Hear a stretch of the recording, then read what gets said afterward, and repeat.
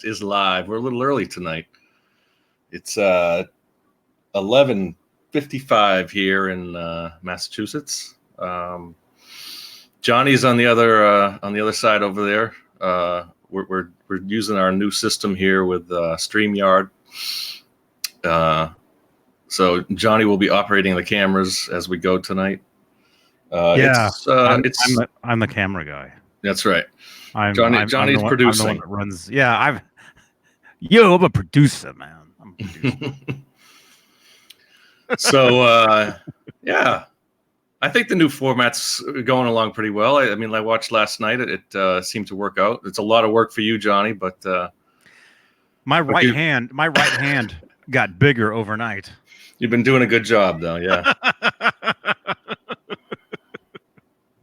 So. Yeah, I mean, it's... Hey, Mickey. Clayton, James Hicks, 1998 Hicks. Today is Straturday. That's right, Clayton. It's also Straturday. It is Straturday night. That's what we're calling this. Straturday Night Live. I got the domain. Don't even try. That's a good one, yeah. Yeah, I got to start using it. That's the thing. I've never used it. Yeah. What are you going to make a web? Are you going to make a website just dedicated to it, or how does that work? If you have the domain, I have the domain. I think right now it just points to the channel here. Mm-hmm. But I actually should make dedicated sites for each of these. For the Saturday night thing, for the Tuesday thing, for the Friday thing, because even though they're kind of the same, they're different. Yeah. You know? I mean, there's so much social media. I mean, eventually you're going to be sharing it on like 10 different platforms. You know, you're always sharing on Facebook, Instagram, and YouTube and everything else. So eventually, how far is it going to go with all these different accesses to it all? Mm-hmm. Mm-hmm. Plus, I can wear a T-shirt that has like 30 different web addresses on it. Yeah, there you go. And of course, one web address goes to all of them at once. Yeah, Well, shout it out. What is it? What's your go-to right now? What do you want people to check on? Well, the go-to right now is just to the channel here, which is johnnybeanetv. That goes directly to this channel. Right. But johnnybean.com goes to my website, which is different. But some of your original music and stuff like that, is that? It has a link to it. Mm-hmm. There's no music uploaded there, but it has a link to my SoundCloud. And then also, I've got a WordPress that I actually started 10 years ago. What's WordPress? I don't think I've heard of that one. It's just a blog. Oh, okay. Blog page. People still blog, just regular blog. I know it's all vlogs and all that, but mm-hmm. Yeah, you got to have a blog behind your vlog. Talking about whatever's on your mind that day. Mm-hmm. Mm-hmm. And you've been doing your Vedas. This is your third day for doing your Vedas too, right? Sort of. Yeah, I kind of actually I do the daily vlogs, but I forget to say Veda. Right. Because I'm doing them now anyway. It still counts. You don't have to say it. I mean, because I'm doing them now on the second channel. Right. Which is right there. There it is. That should be it anyway. There you go. So I'm doing daily vlogs over there anyway. So, I mean, to say Veda, that's just another another way to get it out there, Right. Yeah, because I think since you put that channel up every day, you've been doing something on there. Even if it's just a clip or whatever it might be. Yeah. Yep. I put up a clip from last night. And by the way, I need to get an address from you guys. Oh, that's right. I want to see my ticket. That was awesome. Dude, man, that ticket, that's way cool. Yeah, I know, man. Yeah. You have it in front of you? Show me. I might have to send you like just a used bus ticket. I didn't expect that myself, so it's. You want to see it? Here. Let me present yourself. Well, I got to stand up. That's the problem. Oh, and my pants are like skin colored, and so Johnny's not wearing pants again. I just look wrinkly. Oh man, I don't know if I can reach it. It's all right. I put it in the loft. I'll get it. Yeah, grab it at some point. No problem. You can still see me, right, or not? I can't see you. You got it's your. I think it's just on me. You highlighted me. Or yeah, but okay, because I could see myself down here. Yeah. Yeah, I'll get it at some point. It's just it's up in the loft right now, and yeah, I need that's to cool. stand on a chair or something. But that was awesome. Yeah, sending that out to us, all the passes and everything. That's really cool. Oh yeah. Tony, thank you again so much, man. Tony, that's right. I was waiting for you to say it. Yeah, I had to think about it. So who's out there? Who's out there tonight? We got let's see, 37 watching or 27 watching, 20 thumbs up. Brett McCord is out there. Dr. Jimmy, Guitar Collector 12, Butt Cheeks. Our shout out R2, R3. Ronald Henry. Ronald Henry's out there. Let's see. Nightbot checking in. Mike Heath, Papa Blue. Who else? Johnny Bean's watching. Brett McCord. Some Dave dude. Mike Neese. Steve Carmichael. Steve Carmichael. Mickey Settlemeyer. Clayton James Hicks. Andrew Walton. Andrew Walton. Islander Winder. Charlie S. Ken Codor. Dr. Jimmy. Sean Stylus. Sean Stylus was here. I think he's going to be back. He said he's setting up guitars. There's Tony. Hey Tony. Tony, we were just talking about thanks again, man. Your gifts. That was amazing. Thank you so much, man. Thank you. Yeah, Sean Silas says, be right back. He's setting up a few guitars for the guitarist from Green Jello. Oh, Green Jello. Wait a minute. Remember them? Is that the one that was I just remember the name. I don't remember any songs. No, they had a great song too. And it was come on. Someone's gonna tell us. Green Jello. It was a one-hit wonder, but it was like I want to say it was like a claymation. Big Bad Wolf. Big Bad Wolf? That what it was? I'll have to look that up. Green Jello. It was Green Jelly, then it was Green Jello. I think that was the whole thing. Like on MTV, I think they had to maybe change it on MTV to Jelly because they couldn't use the word, the brand Jello. I don't know. Or the other way around. I don't know, but it was. I do remember something about that. Yeah, little pig, let me in. Yeah. If that's the one that we're thinking of, yeah. Three Little Pigs. James Gum. Hey, dude. I was watching your feed earlier with the deer. That was cool. You got all that wildlife out there, huh? Mm-hmm. Seems like pretty often you have deers passing through, and obviously you got all your animals out there too. Where am I? Is this the right way? Here, you gotta go. Is this right? This way. Oh, that way. This way. That way. Yeah, it's weird because I'm used to looking at it the other way. I know. But you have to adapt. We'll get used to it, Yeah. Is my face a little bright? It's a little bright. A little bit? A little bit. I don't have a gel on there. It's just it's just total just. I usually have a gel on this too, but you said you can't say Jello. Gel. Did I say just Jello? said that though. Well, you're gonna get flagged for saying JELLO. Oh no. Oh, I got flagged for last night. Somebody said something last night, and I got flagged. Really? Yeah, but it doesn't tell you what it was for. No, and it's 5 hours long. So yeah, could have been anything. Jason was talking some trash early, so who knows? I don't know. I don't know what it was. I don't know. It's not. It could be anything. I know. Deal. Yeah. It's not that big a deal. Last night turned out it was great. Great show anyway. Yeah, that was great. I was glad I was able to come in for a few minutes, and it was good to see Steve again, and Jason McNamara, always a pleasure. You know, I wonder how he's doing today. Was he shooting his video today? I guess he was shooting a band. I don't know. I shouldn't keep saying that. Yeah, I think we just got flagged.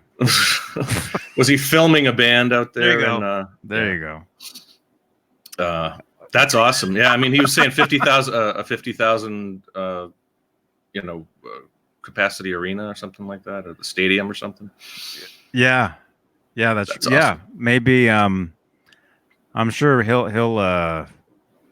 hit me up if there's any sort of chance to jump in if there's something going on. If he wants to share something, he'll message me. He knows, definitely. And, yeah. So hey, Mickey.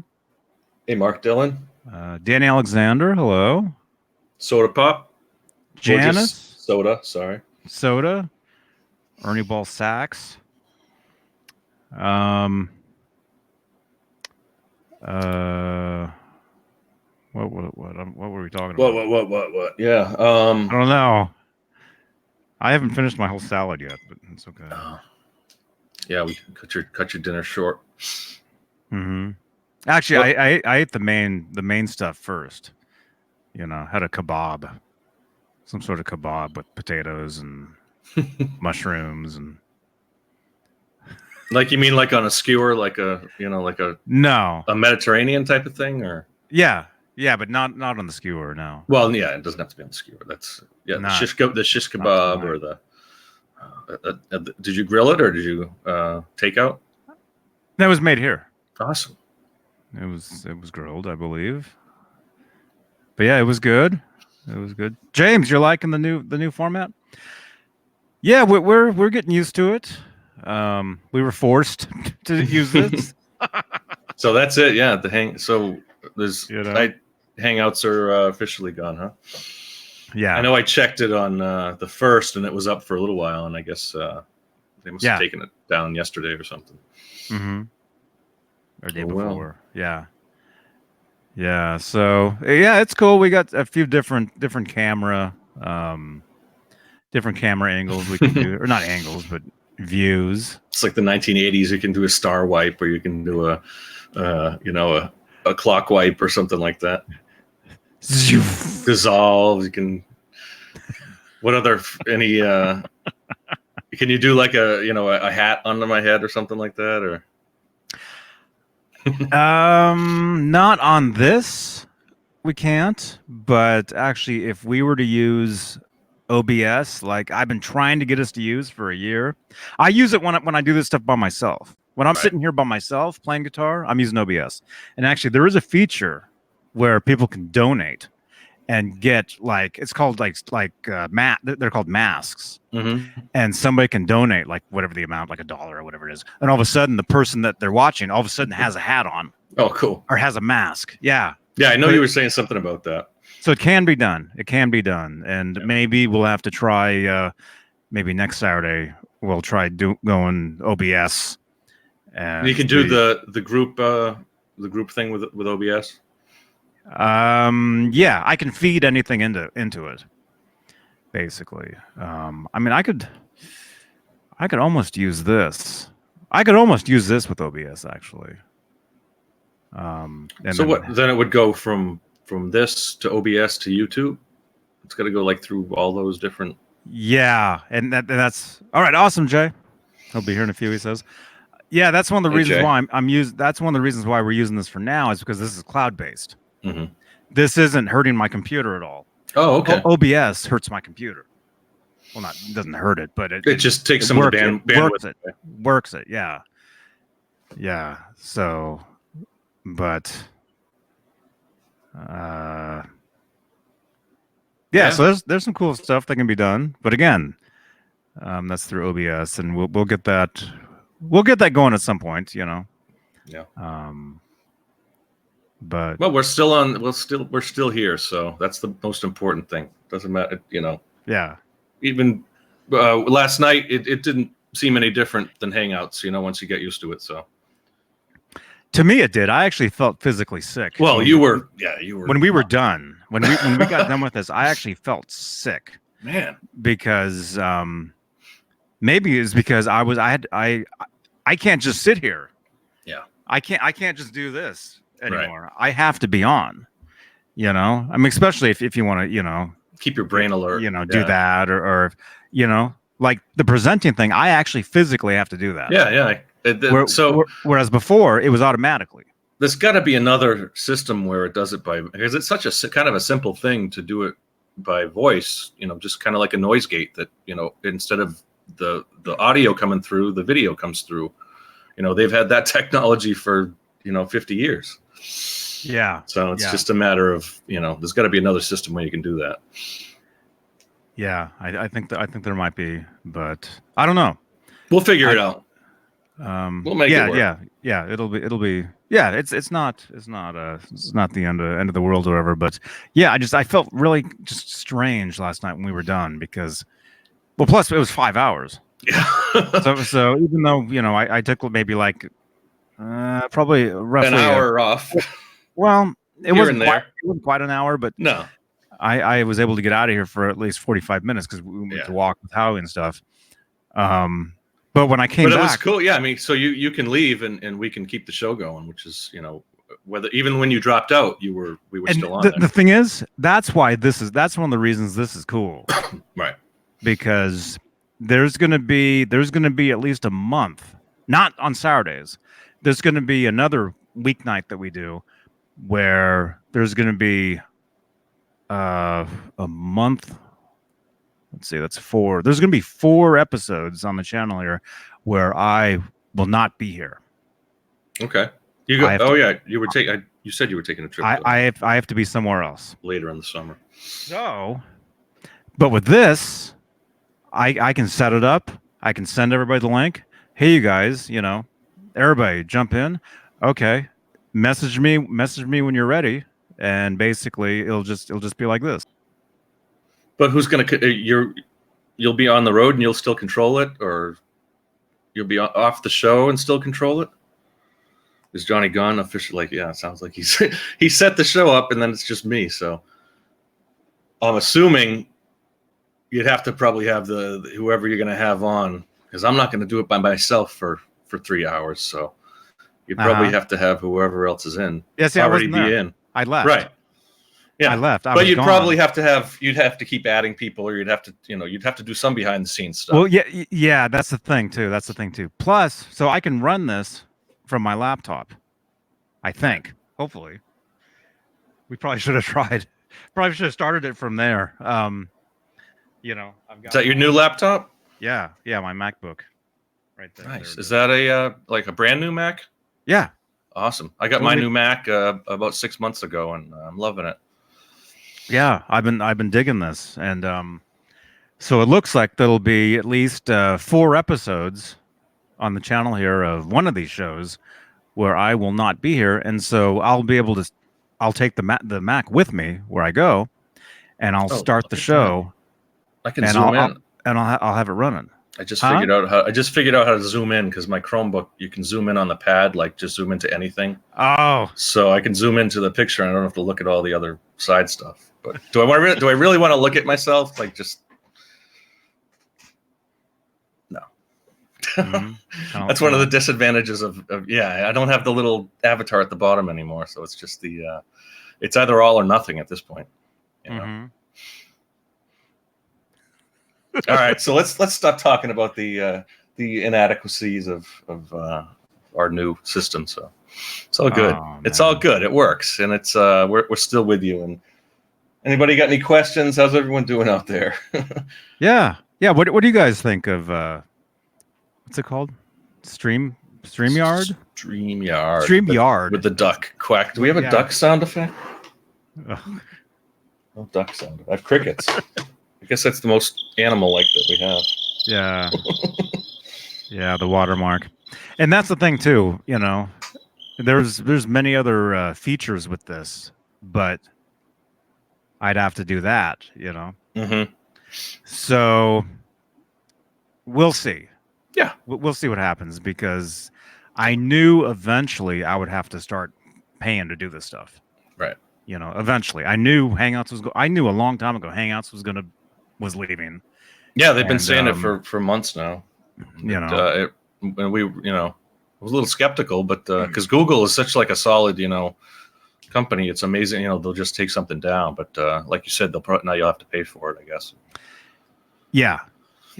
Regardless, I will have to at some point, and I already kind of do actually. I mean, I already do. But that's where all the donations, the super chat, any super chat we get, the masks. If we do the mask thing where somebody puts a hat on your head, all that stuff goes towards running these shows. Right. Running the software, paying for the whatever it is, the domain. Like I said, I've got the domain for this. That was $20. Yeah. And I haven't even used it yet. And I've had it for a long time, so we gotta start using it. Get on that, yeah. But I need to make a website, that goes towards it, or like that. Super chat stickers are available now. Mm-hmm. That's basically where if anybody sends a super chat, they can send like an animated GIF in the chat, like a little guy like dancing around or something. There you go, Dr. Jimmy. Thank you, Dr. Jimmy. Thank you, man. Actually, there you go. Put it up. I got these things. Hang on. There we go. Wait, give me that, Johnny. Oh, can you give that to me? Yeah, here you go. Wait, which way am I going? Oh, wait, hang on. It didn't work. Okay, here. No. Here it is. So backwards. There we go. I can't do it backwards. It's too difficult. Can't wrap my head around that. Man. Yeah, well, we talk about the Discord. We got the Discord. That's right. And hey, any super chat or donation that comes in, there we go. There we got that. But yeah, Jimmy, thank you so much, man. Thank you so much. Yeah, that's going to actually you gave last night as well. So he's funding the whole thing. Excellent. That's going towards running these videos. So David Ennis. Thank you so much, man. David Ennis. Wait. The legendary David Ennis. Where's the guitar at? It's over there. You gotta go opposite. Right behind you there. David Ennis, thank you so much, man. That's the David Ennis Wolfgang right there. Yeah, amazing. I played that thing for an hour today, just warming up, man. Man, it's the David Ennis Strat. I mean, that guy's just amazing. My main guitars are David Ennis model guitars, man. Mm-hmm. Somebody else said hi. Who's Zach Thong, Bam Mozzie, Dr. Jimmy, John Parston. Yeah. There it is. Nice. Look at that. You guys see that? That's the super chat stickers. That's that pays for a star wipe right there. We just need to make the. Oh, actually, we can do that. We can do that here. Yeah. Oh man. Oh, is it this one? No, that's. Oh, where is it? We were doing it with Nesdal last night. Oh, you have to have 3 people. Oh, okay. Once Jay comes in, we can do it. Yeah. Well, once whoever's in the middle. The cash is rolling in, Johnny. Brendan, look at these stickers. Oh crap! Thank you, Brendan. Nice. Thumbs up, man. Mike. Thank you, man. What's the minimum you can put in there? Does it have to be $1? Or, I mean, geez, like probably $1. I don't know. I don't set the stuff. It's all Google and YouTube. Yeah. And they all get a huge chunk of that themselves. So. Yeah. But yeah, thank you guys. Thank you. Yeah, that's going towards running these streams, So nice. Thank you. Awesome. 99 cents. There you go. Although Google takes 30% of that. So what's 30% of 99 cents? 33% is 33 cents. So go from there. 30. Pretty close to, it's 30 cents. I mean, it's just under 30 cents. So I'm getting just under 30 cents of $1. No, Google's getting just under Google. 30. Yeah. Wait. Which is still a crazy amount. 30%. I mean, any business deal that would be, if you're doing all the work and we won't get into that. I'm not going to go there because who's doing all? I mean, I guess they're doing a lot of the work. So. Oh yeah, if it wasn't for them, we wouldn't be here. If it wasn't for Google and YouTube, we'd be over on well, Twitch is a bad word. Was it UHF, right? I don't know. I always you remember that movie with the Weird Al when I never saw it. I never saw it, but I know of it, and I remember Michael Richards was in it. I know. Oh, he was? Mm-hmm. I think it was the janitor or something. It was. I did not know that. Breakthrough role. Yeah. I'm looking at these stickers. But I'm looking at... to have like an underground TV station, they had. I mean, there's before we had MTV up in my area, we had V66, which was a Boston station that would play music videos. And it was kind of like just an underground, it was privately funded and all that. So it was like they could kind of do whatever they want, Yeah, it was a little bit of a burp. Was that a burp? It was a little gassy. I'm a little gassy. Jay, did you see that? Stanley Spadowski's Clubhouse. That's right. So they gave him his own show on UHF. Michael Richards. Wow. Oh, I got to see that. It's a funny movie. It's a good movie. I wonder if that's on Netflix or something. I'm sure you can find it out there. But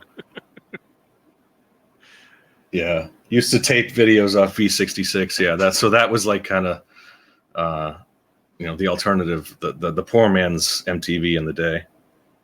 Mm-hmm. But and then there was like a couple nowadays. I mean, in the early days of kind of like the community television. I mean, or at least our local community television. You could thanks R2 R3. But you could do anything you wanted on community television, like literally anything. I mean, if you wanted to have look at that 1-up, yeah, it's like a video game. That's fun, man. This is fun. Keep them going. It's like Hungry Hippos, right? Yeah. Is that what that is? Yeah. Look at that. Nice. Oh, wow. But yeah. Well, just to finish that up, I remember the best. I remember when I lived in New Haven. They had their community television, which is is it community television or it's like the local cable access? It's called cable access. Cable access. So, and they had this it was like from midnight to 2 that every weekend, Friday or Saturday night, they had just the strangest stuff. Yeah.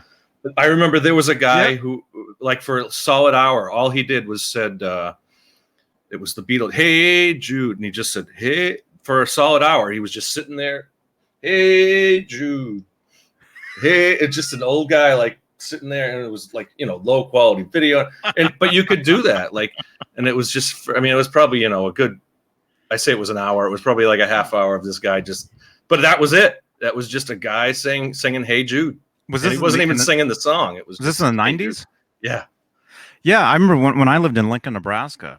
I remember I got into the cable access scene down there. This is in the early 90s, 91, 92. Mm-hmm. Actually, well, I left there in 90. I moved here in 92, but for what seemed like a split second, 91 to some part in 92, I used to watch the cable access channel in Lincoln. Yeah. And actually, I got to know some of the people that put on the shows. I never appeared on any of their shows. Actually, I went to a studio and filmed a show myself, playing the guitar in front of a green screen and all that stuff. Mm-hmm. Decades before Joe Wentz was doing it, Right. Love you, Joe. But man, it'd be so weird to see that tape now. I wonder where that tape is, if it even exists anymore. Man, John, if anybody can find it, John Biel can find it. Where's the footage of me playing guitar from a green screen in 1992? Wow. Yeah, we'll have to dig that up. It's like when Johnny Carson would have a guest, he'd dig out the most random clip he could find of them, from a movie they did 50 years ago. Mm-hmm. Mike. Yeah, I lived in Lincoln from 83 to 92. And Nebraska. What else is in Nebraska? Corn, lots of corn. It's Lincoln's actually pretty happening now. I've gone back there several times over the years. I think the last time I was there was probably. You still have family out there? Or? No family, no. But we drive through. I got friends. I have lots of friends there. Still, and actually, a friend of mine actually works for the local radio there. Mm-hmm. KZUM, I think, is the channel. And he actually he messaged me. He said he has a show and he was going to play one of my songs on his show. At some point. That's cool. Or maybe he did. Maybe, and I never heard it. And this is recently, like within the past year. Nice. You want to pass me on the street? Mike, were you there in the 80s and 90s? I was there up until 93, and I started driving in 1991, I think. You're revealing too much, Johnny. You know, in Lincoln, you can start driving at 6. There you go. So 91, 92, I was all over the place. Mm-hmm. I was all over Lincoln, everywhere. Playing shows. Well, that's like same with. I mean, growing up in New Hampshire, it was Cowtown. You know, there wasn't much going on in New Hampshire, but I mean, I was close enough to Boston. You know, 2 hours, not even an hour from Boston, and 2 hours from Connecticut. So it was like, but still, I mean, when you're in elementary and middle school, it's your world is just the neighborhood pretty much. So, it's just the front yard and the and that was it. You gotta find what go down the trails and go in the woods and explore. That's what we did. Yeah. Go fishing, go to the swimming hole and all that crap. Yeah. Literally. Mike, how well do you know the music scene in Lincoln? Do you know the Zoo Bar? Do you know the Zoo Bar? And more importantly, do you know who Charlie Burton is?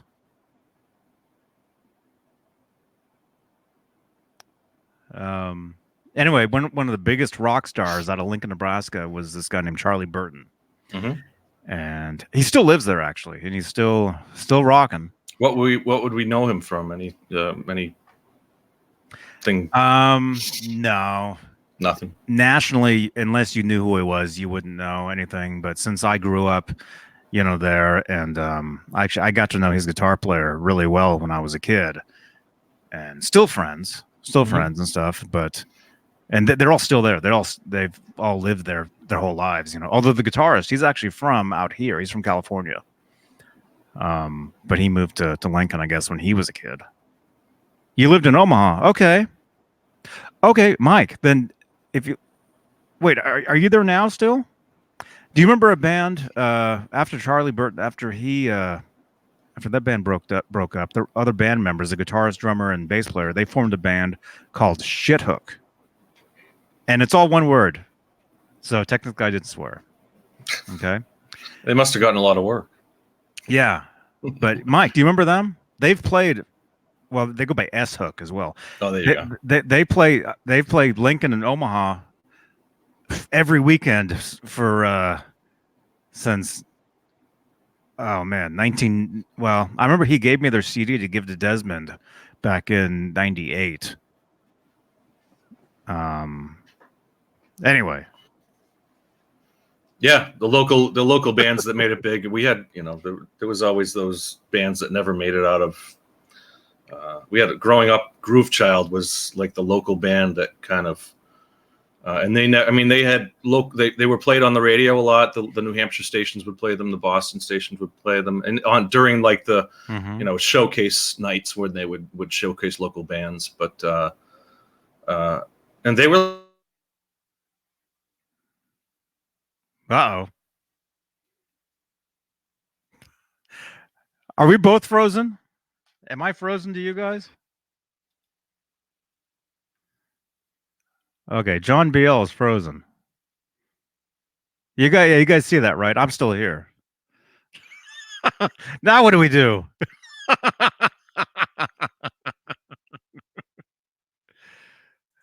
I guess it's my show now, you guys. John, come on. Yeah, he's frozen. I'll here, let me try this. Add him back. John. I don't know. You guys, this is brand new to me too, you guys. Hey, Room of Delight. Yeah, I know. We'll see if it's. Oh, there you are. Can you hear me? I don't know what happened happened? there. I It's have your no internet. idea. Is it my? Yeah, it could have think been a it's your internet. dropout. Yeah. Yeah, it changed to. Well, let me see it. I'm gonna leave it just where it is, and if it dies, I'll change back. But because sometimes I use Frozen like Han Solo. What's that? He's like. Oh yeah, I can see myself.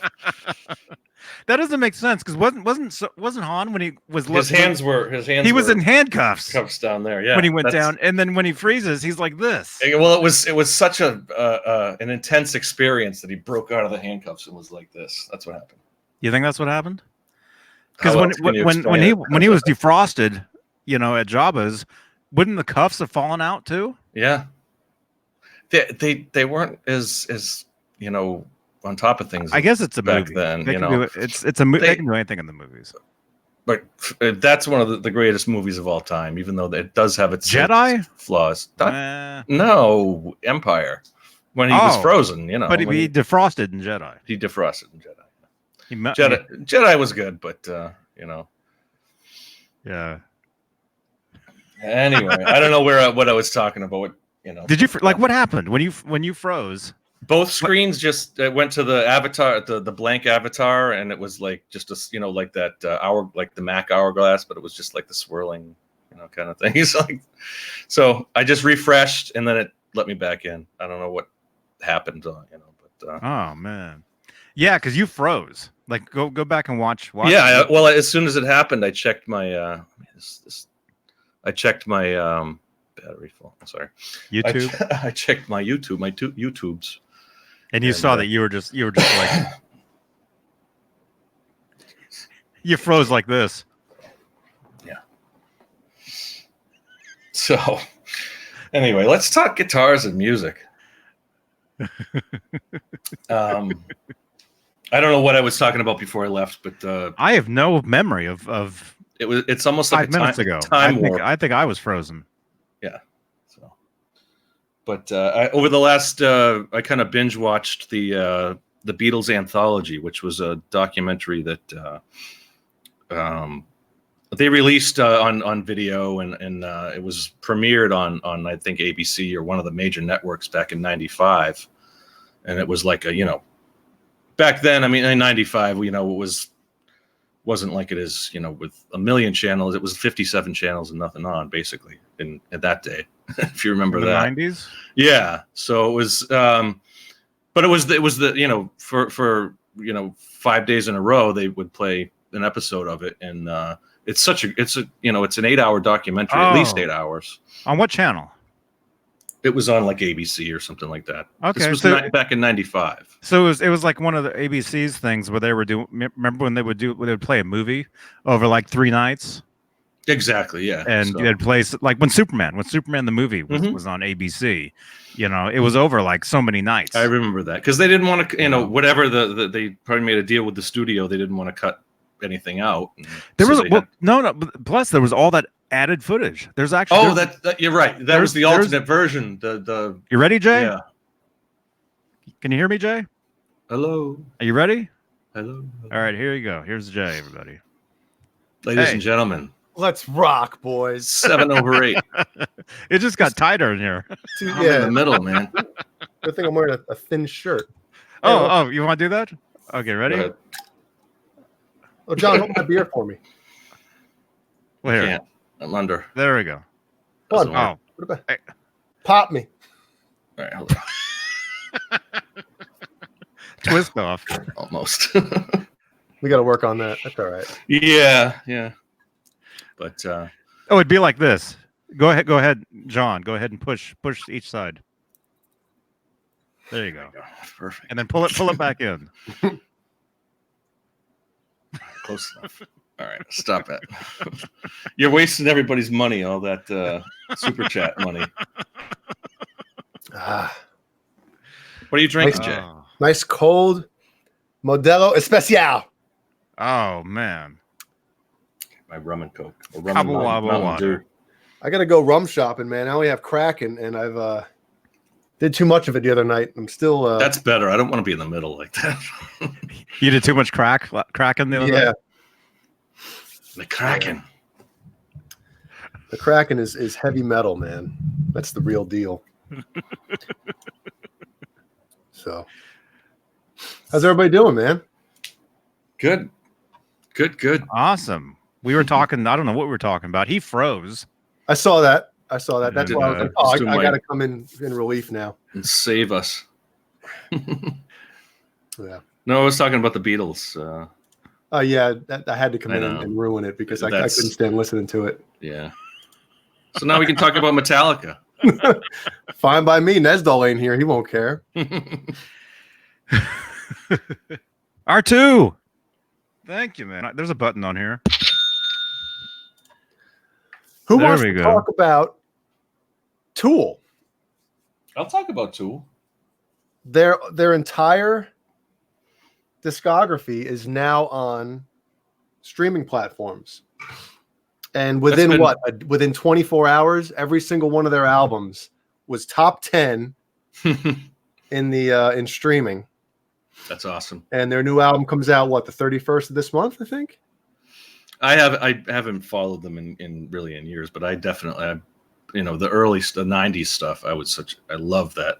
Well, Enema, I think, in my opinion, that came out in '96. That is their Dark Side of the Moon. Yeah, I mean it's perfect in every way. And the problem with coming out with an album that great is that it's always like anything new. They've had two albums compared to it, yeah. And I've always compared it. I'm like, nope, it's not as good, and I almost can't enjoy it as much as I should, And their videos were the most kind of the bonus that came with the whole Tool package, which was just the claymation and the the animation. I don't know. Did is it Maynard? Who's Maynard Keenan, right? He's the singer. Did he direct those, or was he? I don't know. Supposedly Alex, was it not Alex Jones? Jesus, Adam Jones, the guitar player. I guess he was into that. Didn't he work on? Wasn't he part of the special effects team on Terminator 2 or something? I remember hearing that years ago. Sounds plausible. Yeah. Yeah, but that album, man, it's probably one of my top 10 all time, maybe even top 5. When I hear that album, it's one of those albums. It's like when you're listening to it, there's so much going on, so many layers, and just God, it's perfect in every way. Yeah. Johnny, are you a fan at all? Have you? Mm-hmm. I am. I mean, I'm not. I don't know everything. It's not like. I don't know. I don't know what I'm trying to say. No, I know what you mean. I mean, I'm a casual Tool fan myself. So. There we go. I'm just a casual Tool. But here's the thing, though. Tool is one of those bands that kind of transcends genres, because there's a lot of people that aren't really heavy metal fans that like Tool. Mm-hmm. There's, the heaviest of heavy metal fans like Tool. So that's one of those bands that they can kind of, they have fans. You were comparing them. You were saying Animal was their Dark Side of the Moon. I mean, you can kind of compare them to Pink Floyd. 20 years down the road from when they were huge, that's the next step in a lot of ways. Yeah, like a hard rock / heavy metal version of Pink Floyd. I mean, I wouldn't argue that at all. That's a good way to describe it. Mm-hmm. Dream Theater meets Pink Floyd. Someone's echoing. Is it me? A little bit. I'm getting too excited. It's not me. Great. Still? Hey, a little bit. Hello. I'll leave the studio. I'll come back. I was about to leave. Studio. Yeah, man. I wish we could get avatars, man. Because that's just lame. It's almost like I just have to. It's like if one of us has to like split for a second, I think we just have to like actually just leave. Is what it seems. Yeah, like. But then you still have to sign us back in if oh yeah, here we go, Jay. Yeah, I have to let Jay back in each time. Oh, he's frozen again. That's not a bad way to be frozen, you know. No, it's really not. Yeah. Glug glug glug.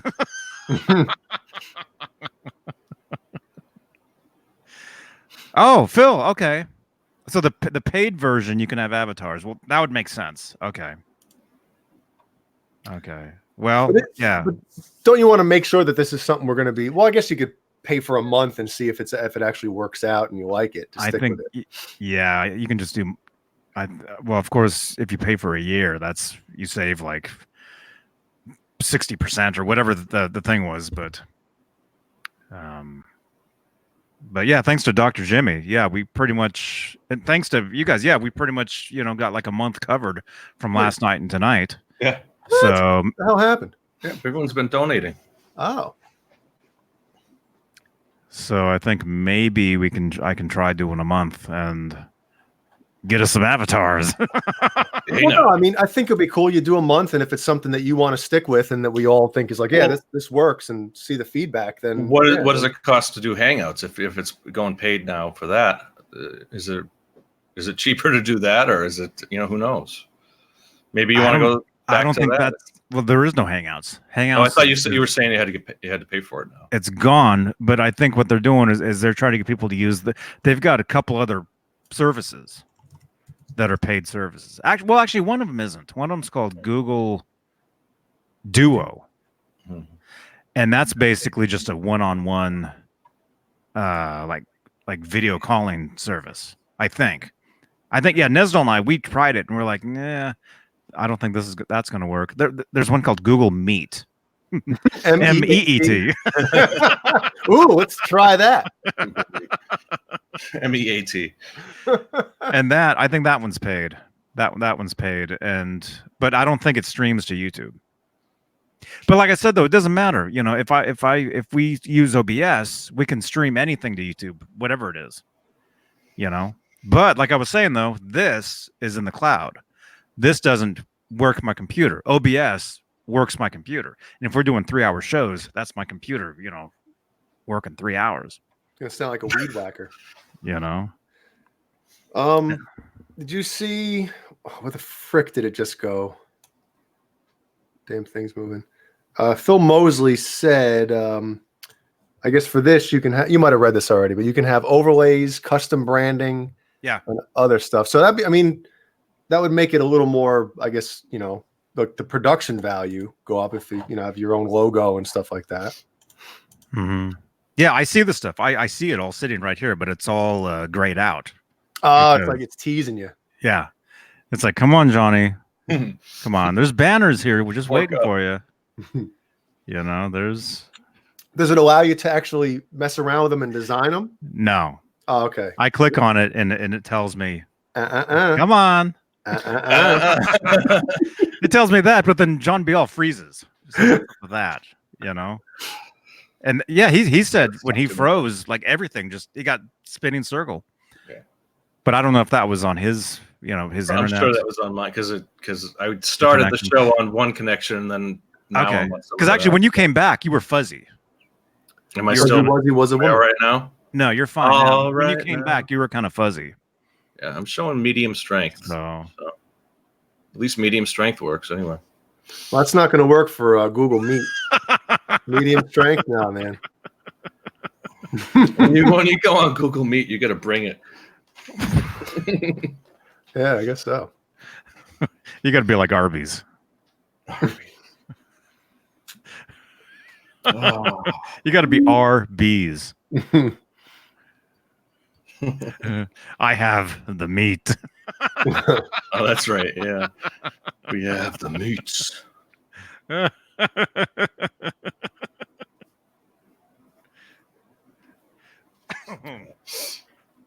Wow. Someone had a question. I lost it. I don't know. I got to put the salad away. Oh yeah, Soda says Johnny Bean. Why does Sammy Hagar look like Bud from the Wonder Years with his new haircut? It's a good question. Who was Bud? It's a good question. I don't know. Was it the brother or the brother? Okay. You always call Kevin Butthead. The one that was in Back to the Future? Back to the Future. That kid? No. There was a kid in the Wonder Years. He was in Pee-wee's Big Adventure. Who was in Back to the Future. He played the uncle. When Marty went back in time, when he was having dinner at his mom's house. Oh, yes. There was a kid sitting there, and that was the kid from the Wonder Years, but he was younger. Yes, you're right. It was him. It was him. Yeah, that's right. Yep. I'm pretty sure. And then he was in Pee-wee's Big Adventure. He was one of the... He won the bike, like when the nuns had the bike at the orphanage. I'm going to have to see that again. It's been a long time. I remember way too much from that movie. From last night. All right, I'm going to put the salad away just so you guys don't have to look at that stupid avatar. I'm going to bounce out. How do I do that? All right, so I'll be right back. Well, there's a question for me in here. Matthew Stewart asks, Jay, 7/8, what are your favorite pickups? In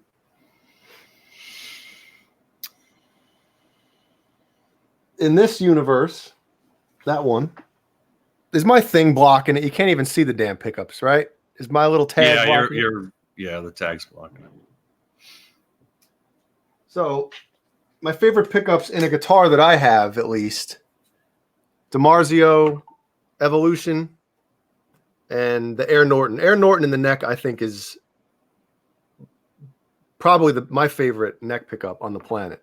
How often do you use your neck? Oh, any soloing. Majority of soloing, unless I'm soloing like on the lower register, but it sounds so damn good. And the tone zone, Jesus, the Air Norton is what Petrucci used to use before he designed his own, and it's loosely based off of it. It's just his own little tweaks to it. But I've always loved Petrucci's older lead tone, especially on like Images and Words, and also in my Weasel guitar that was a piece of crap. The pickups that I had put in that were bare knuckle Ragnaroks, and they sounded awesome. I just wish I had the guitar or had the pickups in a guitar that was a good guitar and got to keep it.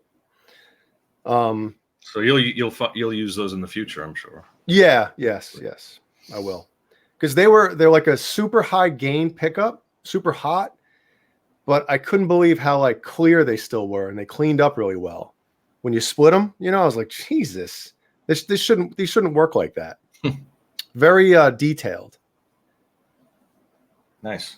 Yeah. So, and also the bare knuckles. I'm still trying to get DiMarzio to make, because they're 6-string pickups, right? You can get virtually any color that you could think of. DiMarzio, you can get the pink, you can get purple. 6-string, yeah. Yeah, for the 6 strings, the regular pickups, but the chrome, like this, not the chrome covers, but the actual chrome pickups. Like I think Satriani has them on his Chrome Boy or whatever it's called. I think Vi has it on his Bad Horsey, or has them on the Bad Horsey. But the 7-string DiMarzios, you can only get like green, maybe red. It's got to be aftermarket places that sell 7-string, kind of just the cap, the plastic. Well, these things are like glued on. I mean, good luck getting those off. Not, you got to buy the full pickup. If you're gonna. But bare knuckle actually has for every 6-string, 7-string, and 8-string pickups, you can get any color that they make. You can get pink, like anything, red, purple, blue. Right. So, and I really did like them a lot. Like I said, I like. Or at least you got to, had a little bit of time with it, and you know what you're in the future. You can get that again. I think what I'm going to do for my next guitar, I will probably put a set of Ragnaroks in it, because I feel like if I'm going to continue to get 7-string, like right now I have 2 universes, right? If I'm going to get another 7-string, I want to have different pickups in different guitars. You get different sounds, and I know. You could put the same pickup in 2 different guitars and it'll sound different, but still. You don't want. You want the variety. you like the platform of the 7-string universe, but you want to have a different sound if you're going to pick up a different guitar. Yeah, exactly. So the Evolution and the Air Norton in that, and then my mirror pickguard universe back there just has the stock Blaze 2 pickups, which also sound amazing. So. Mm-hmm. Have you ever tried the Super Distortion pickups? I have not tried them personally. But I mean, I've heard great things about them. I've used them.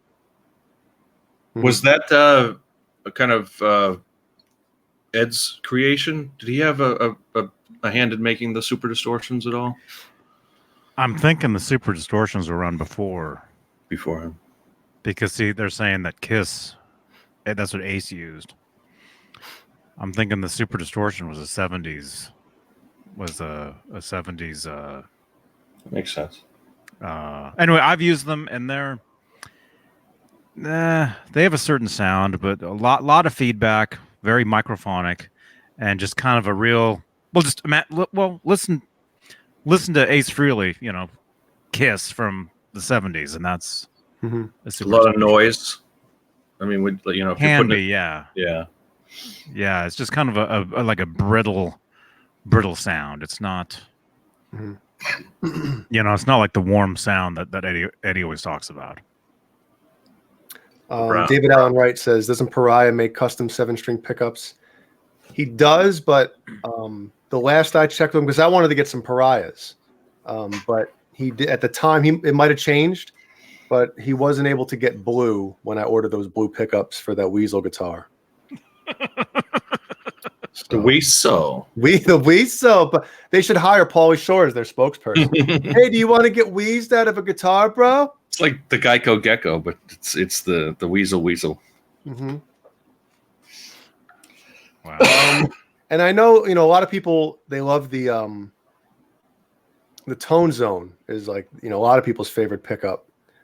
And personally, I feel like those frequencies in like the upper mid range of that pickup, with certain amps, like high gain amps, especially like an EVH amp, I feel like there's a lot of buildup in that area. And for recording purposes, like I always felt like I had to kind of clean out a lot of EQ, a lot of stuff in that frequency range, and it I don't know, wasn't really my thing.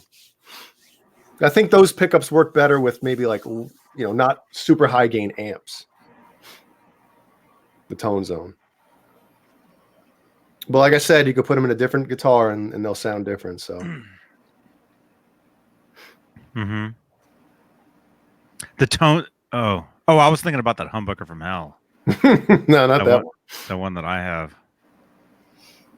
David Allen Wright says, "Let me talk to him. I've got some suppliers that might help him." I don't know if he's talking to you guys. Oh yeah, dude, that would be awesome.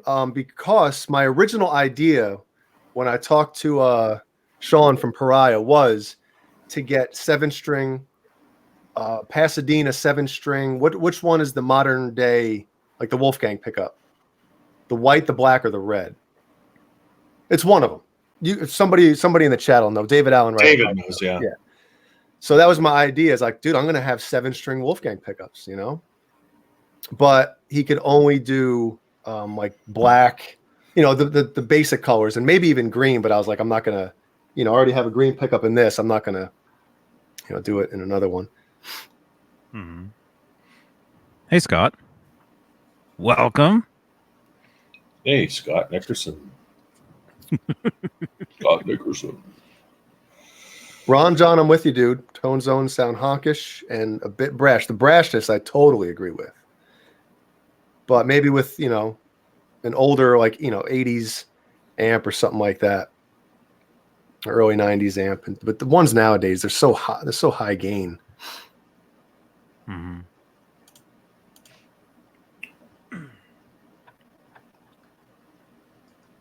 Yeah, I don't necessarily have any preference on pickups myself. Oh, Jay's gone. Is that I'm me? gone now?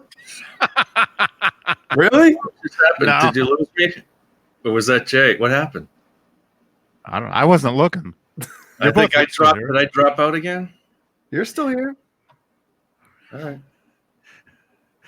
Well, for me, I saw the little steam yard spinning, like a steaming pile of. It's a steaming pile in the yard that you step on. Did I freeze again, or no? You're good. No, I wasn't looking when you said that, but I don't know. Keep going. We're all good. Yeah, it's been 1 hour exactly. 17, 18, 19. But yeah, so John, so you were saying you have no when it comes to guitar pickups, I just do adapt to whatever. I don't play, really high gain stuff. I'm kind of just like a dirty or crunchy kind of player. That's pretty much where I'm at. I rarely will. I have the DS1, and even the distortion knob is pretty much at 12 o'clock. So, I mean, that's my high gain right there. And for the most part, I don't even keep that on. I just play through a Fender pedal that is kind of like a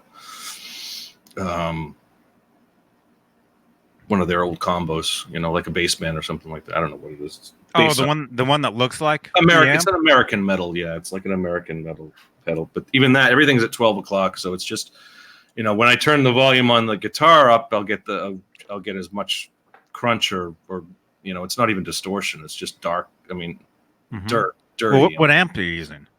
I just use for now. I have a Marshall that I use once in a while, just a combo or 112 combo, and that's just a practice amp. But I use just a pedal board direct into mixer, and I'll play through the headphones or play through the computer or however I want to do it. Whatever. If I'm recording, I'll go into Adobe. What is it called? Adobe Sound thing. Adobe Sound thing. That's a great name. Yeah. What is it? It's Is it a cloud? Do you pay for Adobe? Do you pay for all their different? Adobe Audition is what it is. But yeah, I mean, it's $15 a month. It's the not cloud really, yeah. It's great, and you can do all the Adobe applications. Yeah, I have all that too. Wait, you play through it? Wait a minute. Oh yeah. So if I want to record a couple tracks, just do some demos, lay down, an idea or something. That's the extent of what I do with. Okay. Yeah, I do that too. But do you use the effects in there as well? No, I have just a pedal board with 4 pedals and a Sans amp, which is the Sans amp is the direct box. It's an what's it called? The Para driver. So it's got an extra gain stage in that, but I go direct through that if I want.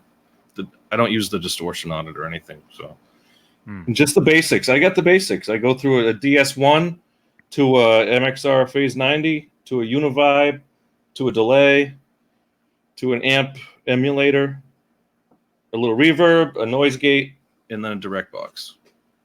And then so I mean everything for the most part I'll have the Phase 90 on at 9 o'clock, and that'll give you a little more gain. But I like just the dirty. I don't like the distortion. I don't. Wait. The DI box is the last thing in your chain. Yeah. Why wouldn't it? Yeah. Well, I guess you could do it either way. If I put it in the front of the chain, then the XLR signals. You don't have an output. On your what DI box do you have? Sans amp. Oh, okay. All right.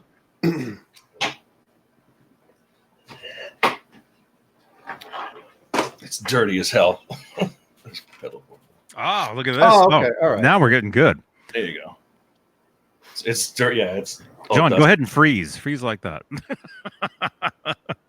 So the American pedal here, which is just I think it's a Joyo, which is like $30, but yeah, I mean, like I said, everything's pretty much at 12 o'clock and across the board.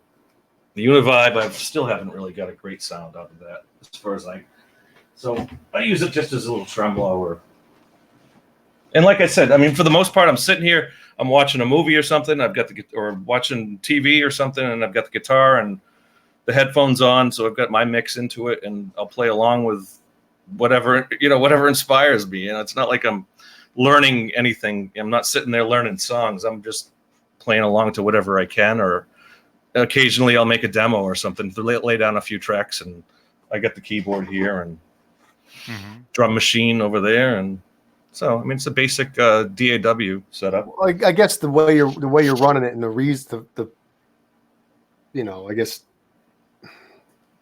how you're doing it. It all comes down to headphones, because I've got neighbors. I live in a condo, but I've got a neighbor right above me, and yeah, I'm pretty sure this is my bedroom, her bedroom's over there, so they're opposite. So if I'm up late, if she's up, no, you want to say if she's up late, I'm up late, Yeah. So.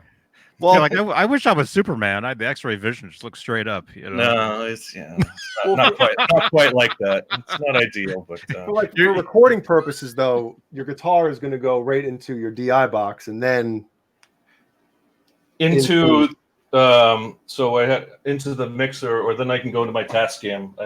And then out to everything else, because like the purpose in the recording world, I guess. To record it, the reason for recording a DI is if you want to change stuff later. Right. And I'm just I'm not doing anything that I'm gonna, anything professional really. That's just demos or just laying down an idea, or just something so I won't forget it for the most part. I've been playing for some reason over the last couple of days I've just been playing it's like not even I don't even know what chord it is, but just playing with. Just going back and forth with that, and all the different combinations of rhythms that you can get with just like a C and like an A minor.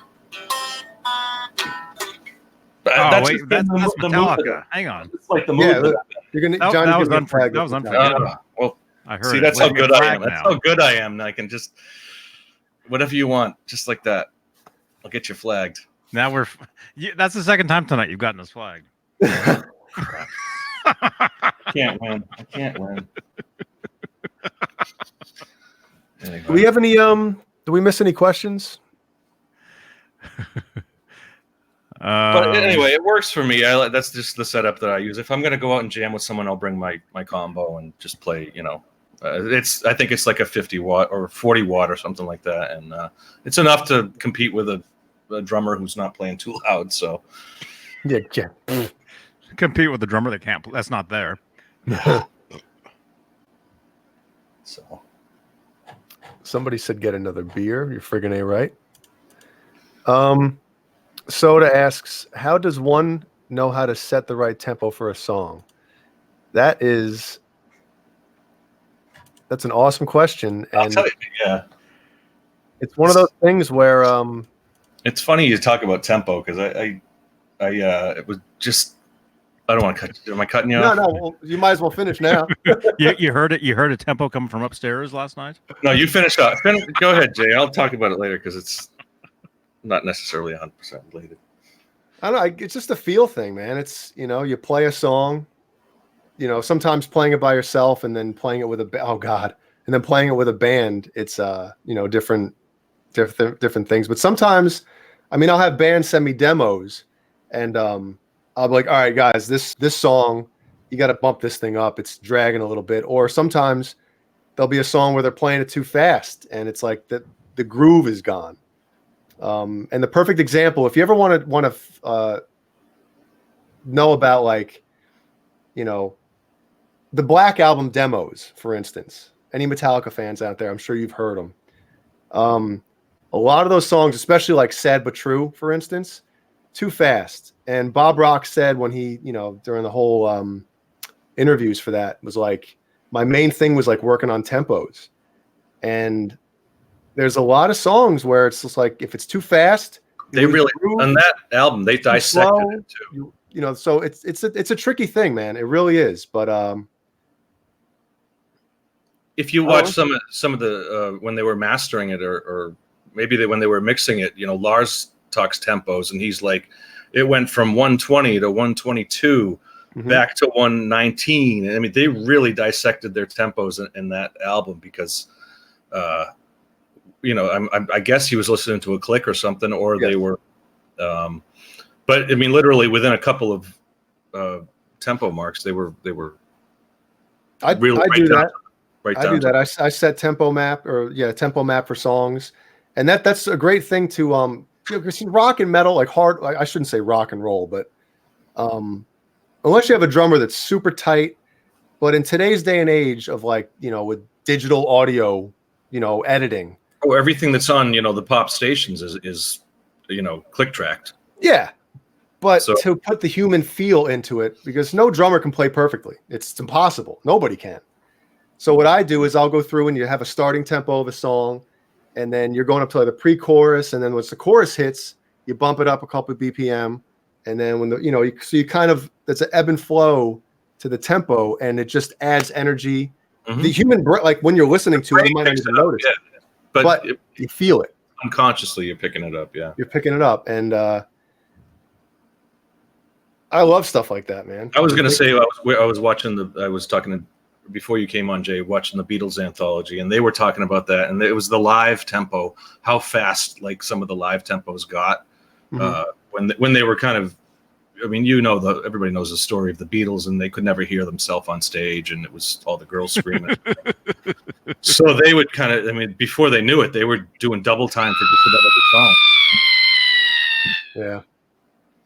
But then I had heard a Paul McCartney song the other day called "Let 'Em In" from Wings, and just that put that song on, and as soon as it starts, the tempo if you're in like a an anxious mood or something, you put that song on, the tempo just brings you down like a couple of notches. So it's a relaxing like backbeat type of song, and it's I hadn't heard it in probably years, and I heard it the other day, and I was like, oh, that's such a great song. Well, speaking of tempo changes, you guys know I programmed a couple drum tracks for Larry Mitchell, and two or three of the songs I did were on his first album. And so what I did was I loaded up, the audio track into Pro Tools, and then I went and made a tempo map out of it. And I couldn't believe the amount of tempo changes. It was like all over. And I'm like, I know you recorded it to a click because, but I was like, I can't believe, Larry, how many tempo? She's like, oh yeah. He's like, we recorded to a click, and there's a lot of movement in there. I'm like, shit, yeah, there was. Wow. But I mean, think about like having to go in and build a tempo map to a song that was obviously to a click. That's easy. But when it has, fluctuating tempos the entire song. Well, so you put some new samples in it? Is that what it was, or new? Well, what he does is he plays a lot of his older songs, live. So he has backing tracks, So I think he like programmed the drums, and I mean personally, like, drums I love listening to drums, and a lot of the nuances that a drummer from the first record and the second record he put in there, I love hearing that stuff. So I went in and basically copied every single note that drummer played, and he couldn't believe it. He's like, holy! He using them now? Sorry? Does he use some of those tracks now? When he, I don't think he has to record the bass lines to them, because when he did them, he just did one even tempo the whole time, and I did the actual album tempos with fluctuating, and I sent him the tempo maps as well, or tempo maps and the MIDI. So if he wanted to change anything or change any tempos, he could. That's awesome. But he's like, I'll start using them when I get home and re-record the bass guitar to him. So, wow. I remember you talking about that. He was impressed with that. That's really cool. Yeah. Hey, old metal dude. Hello. Brett McCord says Paul McCartney and Wings, Band on the Run. Paul McCartney can lead with the bass. That's what makes his sound on that song and the great lyrics. That bass, I mean, that's what it is. It's Paul McCartney. Paul McCartney was, and again, listening to some of that Beatles stuff. I mean, he is such an incredible musician, and it's what he does with just the bass. I mean, and the bass is so prominent on a lot of those, mid to late 60s Beatles albums. It makes it sound like, an orchestra with everything he's doing, and the note choices and everything. It's just it sets that mood and everything. What happened to Jay? Did he jump out, or did we lose him? He turned his camera off.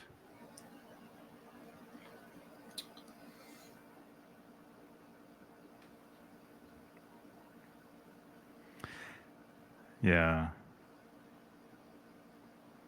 McCartney. Yeah, he's great. I mean, I luckily I grew up.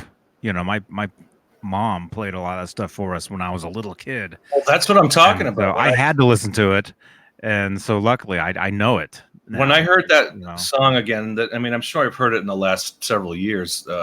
"Let 'Em In," which was a hit single in like 1976. You know, a B. I mean, not a B-side, but it was a. You know, it was their single for like a, you know, that album of 76. And just that there's a section on it with a slide trombone. And just hearing that, it brings me right back to like some of my earliest musical memories of the, because I know it was on the radio at the time, and I know my parents were into that music, and that and like Stevie Wonder and some of that, you know, like almost that funky 70s, not quite disco, but it had that, you know, that shuffling beat, that disco beat. Mm-hmm. You know,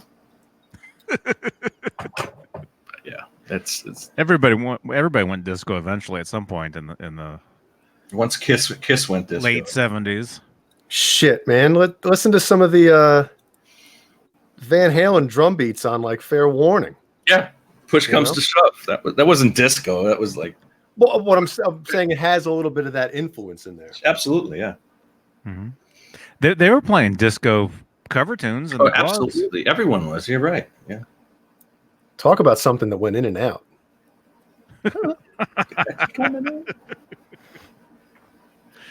I like disco.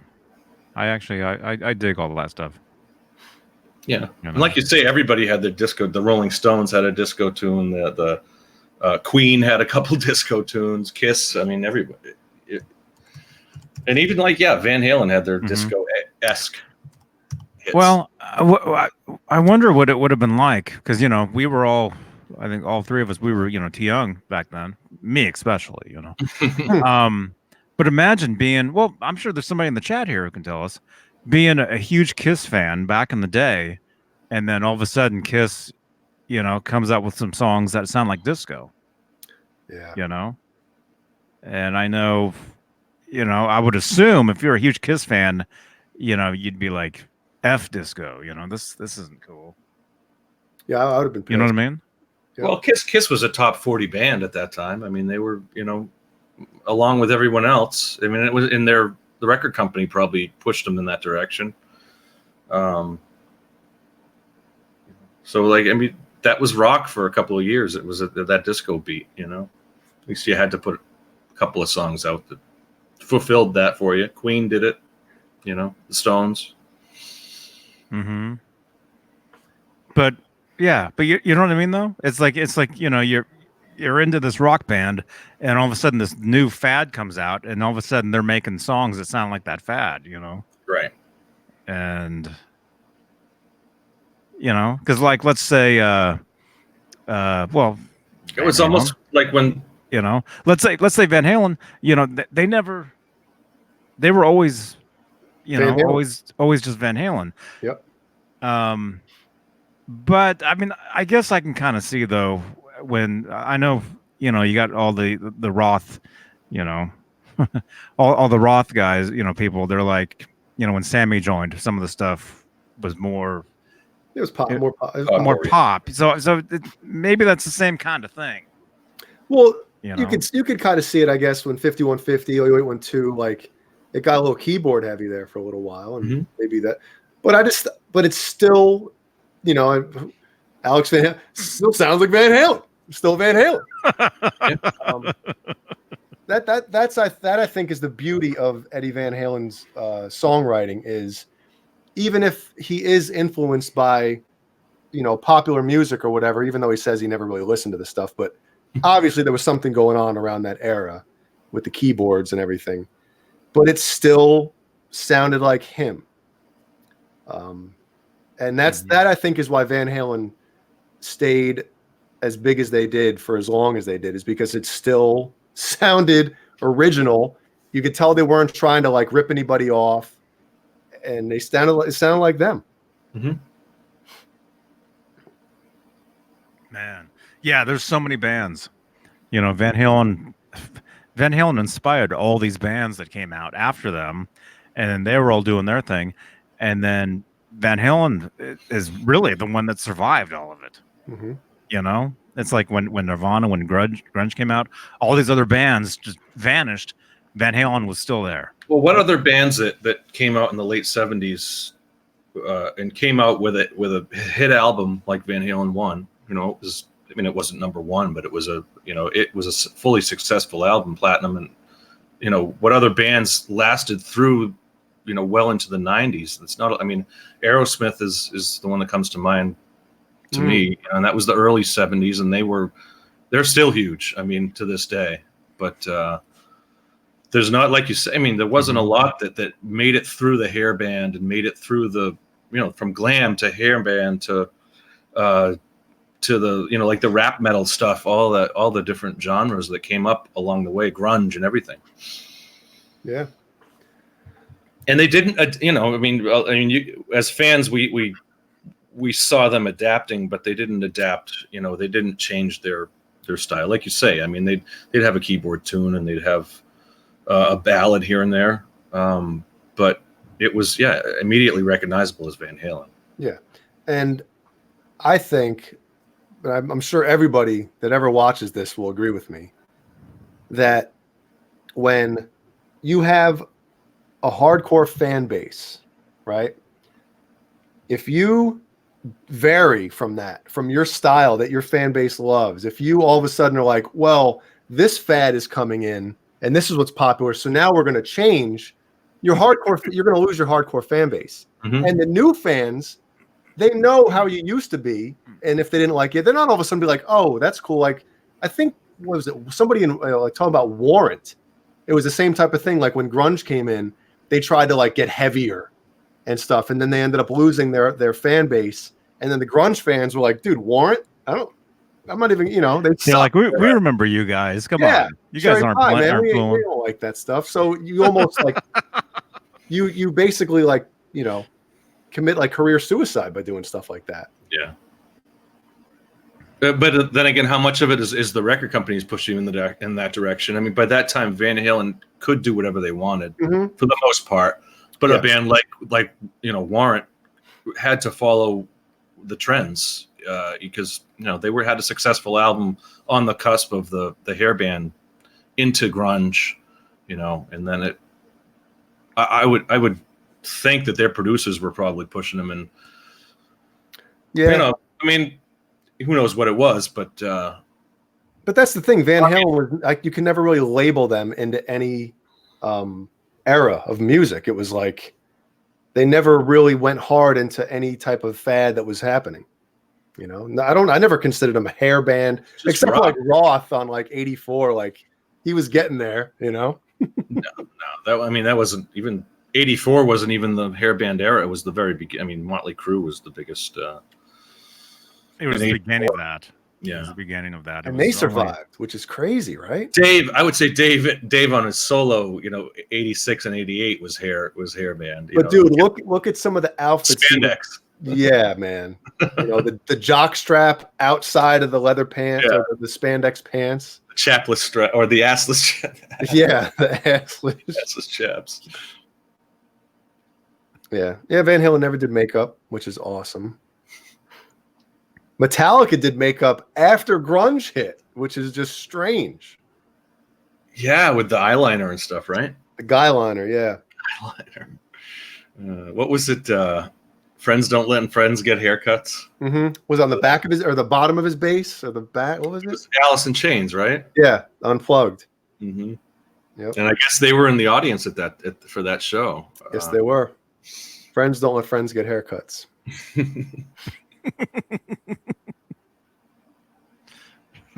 Yeah, Metallica went through. I mean, and they didn't. Honestly, looking back, they didn't change that much, but it was a drastic change when they Didn't change that much. What? From what? From the Black Album to Load? Was that what their next album was? Yeah. Well, Load was, I mean, nobody liked Load. I didn't like. Hold on a second. I actually am a fan of Load, but the fact that it's Metallica, that's why I don't like it. But if it was just like another band that came out with Load, like it's a good album. I'm sure it's album. The songwriting is great. You know, the production's good for what it is. But it's just you went from. How do you follow up the Black Album? I mean, what's the biggest album for at least 3 years? Well, they had, they went from Justice to like they wanted to continue to take over the world and, I guess become more accessible but still be heavy. And they kind of dialed everything back a little bit. But then after that, I just, maybe because I think it was Lars's idea to kind of not be as heavy as they were. But maybe he thought the same thing. Like, I think that touring cycle ended because I saw him in '94. Mm-hmm. You know what I mean? So grunge was already, hip hop blazing by then. So maybe Lars thought the same thing that some of these other earlier bands were thinking, like, shit, if we continue what we're doing, we might be phased out or something. I don't know. I really don't know. Yeah. 94, that was for were they still, was that Load? Did Load come out? No. Load didn't come out till after that. So they were still on the Black Album. Yep. That when tour, I saw him, Jason had already buzzed his head. James had the side shave with the mullet when I saw him. Lars still had his long hair, and so did Kirk. But yeah, literally like within a year after that, they were just a completely different band. That's a band. I mean, and they toured that. I would say they toured more than any band in the '90s because they hit every city. I mean, there was a show in Keene, New Hampshire that they did, which is just, I mean, there's a college out there, but that's Rob Johnson country where it's like literally that's like around the corner from him. I wonder if he went to that show where they just played in any field that it was just they didn't play a stadium or anything, but they played a field where they could fit 15,000 people. And not only that, I mean, like old defunct racetracks and stuff that they would play on because they didn't want them, they had so many restrictions as far as where they could play. But you watch that year and a half in the life when they have the second part where it's all about the touring and everything. And it's incredible. I mean, nonstop and I don't know how they did it, I don't know either because it was a 2+ hour show every night. And not even that. I mean, it took them almost a year to record the Black Album. And then they toured for 3 or 4 years. At least, yeah, with Guns N' Roses, their own tour and subsequent tours before Load, when they were still, that summer of when they were touring with Guns N' Roses was the biggest show of that summer. 93, was it? 92, maybe? Yeah, probably 92, I think. So I remember I wanted tickets for that. But it was sold out within back in the day when you had to call into the radio station and call in. I'm talking going to Ticketmaster or Ticketron. Remember that crap? Ticketron, yeah. God. Yo, when I worked at a video store for I don't even know if I made it a year until I got fired. Same here. I was at a video store for a year. But we had a Ticketmaster booth there. Oh, did you? Yes. So there was a couple shows where I was able to Well, the club I worked at had a Ticketmaster booth too, and I did some of the early when they would have a big show on sale and they had to have everybody on deck to take the ticket requests. I would do that. I'd get there, before we opened or something, and I would be like, all right, as soon as they go on sale. Definitely. Wow. Clayton James Hicks says, Jay, I came to remind you that today is James Hetfield's birthday. That's right, man. Well, I guess yesterday by now, but yeah. Birthday, James. 57, I believe. Oh my God.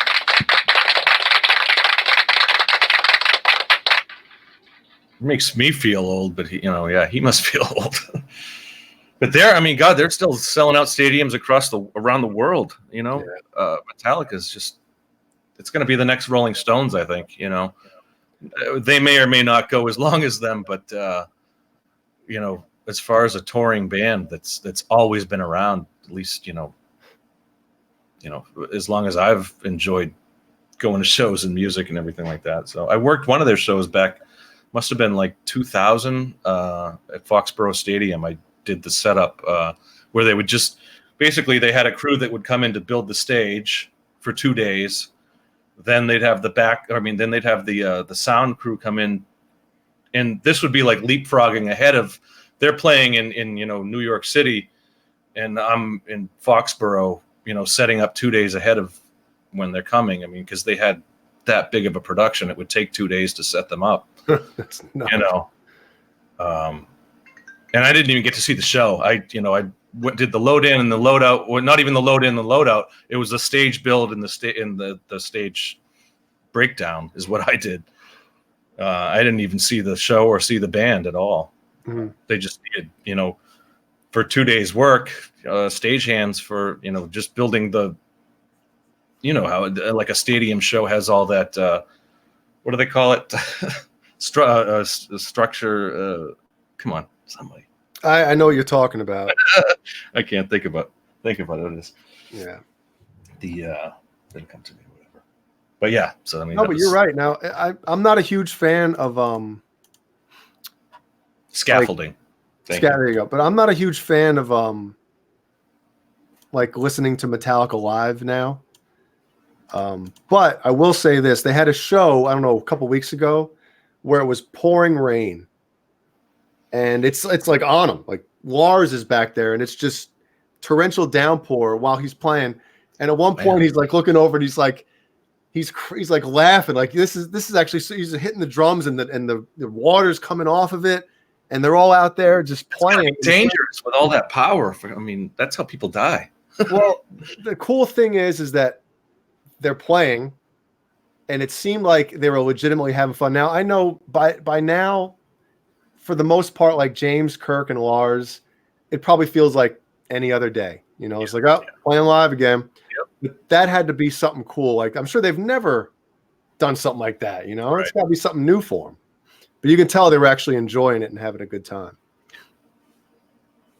And I got to give it to them. I don't know if it's actually the band that releases all this stuff, but they've got so many live shows, full live shows on YouTube and on online, from way back to the earliest stuff that the full concerts that were on Clifton Mall and all that stuff, and then 2019 show from last week. I mean, and they've got the full soundboard audio, multicam, which is I'm a casual Metallica fan, but it's great. I mean, imagine if Van Halen had. Well, I was just about to say that shit is like the difference between Van Halen and Metallica, right? Where you got Metallica putting out 30th or 35th anniversary remasters of their albums, and the special editions are coming with live concert, riff tapes, like the tapes from a tape recorder or a Tascam that James and all those guys like they would do, them rehearsing this, like writing the songs together, and then like rough mixes from the studio. And it's like, and some of the live concerts back then, God, they sounded like crap, but they're like, shit, our fans want to hear this stuff. And then you got Van Halen, who remastered their whole, the Roth catalog in 2015 with nothing extra, nothing at all. And Eddie's got so much stuff, and but that's the difference. Is like Metallica wants you to hear everything, and it just sucks. It really does. I'm hoping that we're coming to that point where it's just like he's going to say, release it, just start, because he, like you say, he's got that archive, and I think he's probably, if it's not Edward Van Halen who has control over every release and everything in the archive, because if Warner Brothers had the control over it, they would have released a lot of that stuff, because they they, for a band that was touring under their label in 1983 or 1984, they definitely did all kinds of recordings that would have gone right back to Warner Brothers that they could have used. Mm-hmm.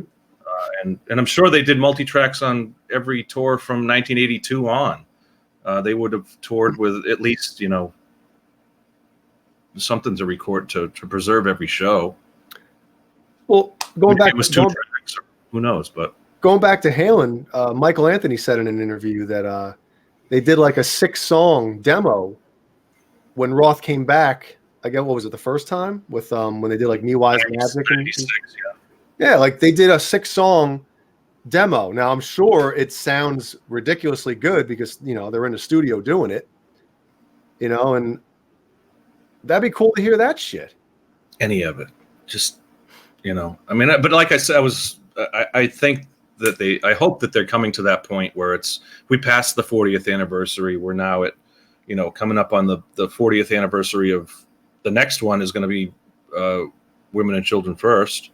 Mm-hmm. It's just going to take that spark where somebody. I mean, it's probably Wolf at this point, who's the one who could push him in that direction to start releasing the old stuff. But he's doing his own thing. We still haven't seen his solo album, so God knows what's going on. Yeah, but I mean, that's due at some point. I'm anxious to hear that myself. Yeah. What happened to Johnny? I don't know. I'm producing. Oh. I'm using the bathroom. Oh, God.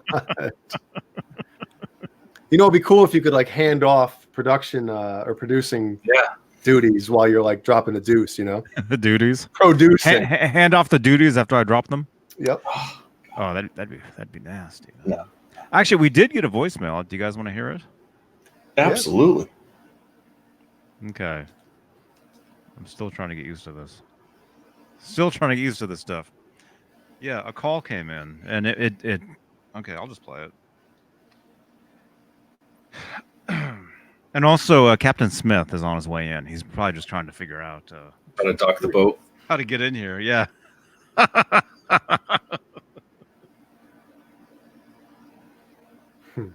There we go.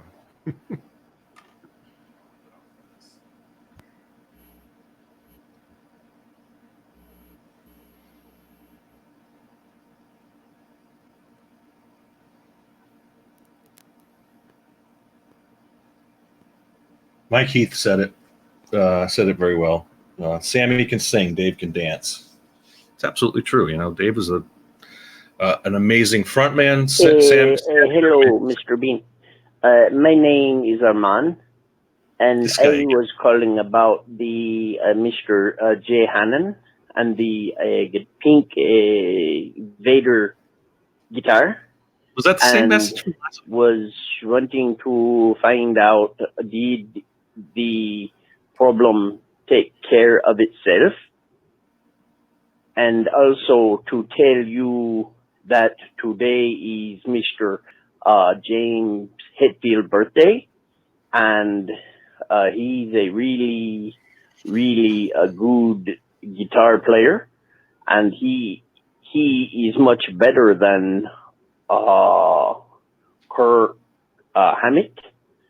He is the better player in Metallica, and to tell you it is today birthday for James. And thank you very much. My name is Armand. Thank you. Armand, we love you. Thanks for checking in again this week. Gotta have him on the show, man. I know. No, it wasn't a David Allen, right? It wasn't a Vader. It was an Osiris, and it's still in limbo. I thought I don't want to get into it again, but no, it's not finished yet, but hopefully soon. And yes, Mad Dog, I wish, at this point I wouldn't even take that from him. No.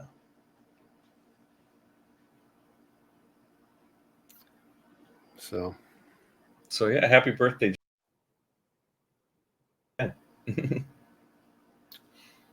Oh, Three Stooges now. Jay, what was the first Metallica memory you have? The first Metallica memory I have is I really didn't know any of their music, but when I lived in New Jersey, whenever the Monsters of Rock at the Meadowlands was that 87? Must have been 87 or 88. 88. I think it was 88, yeah.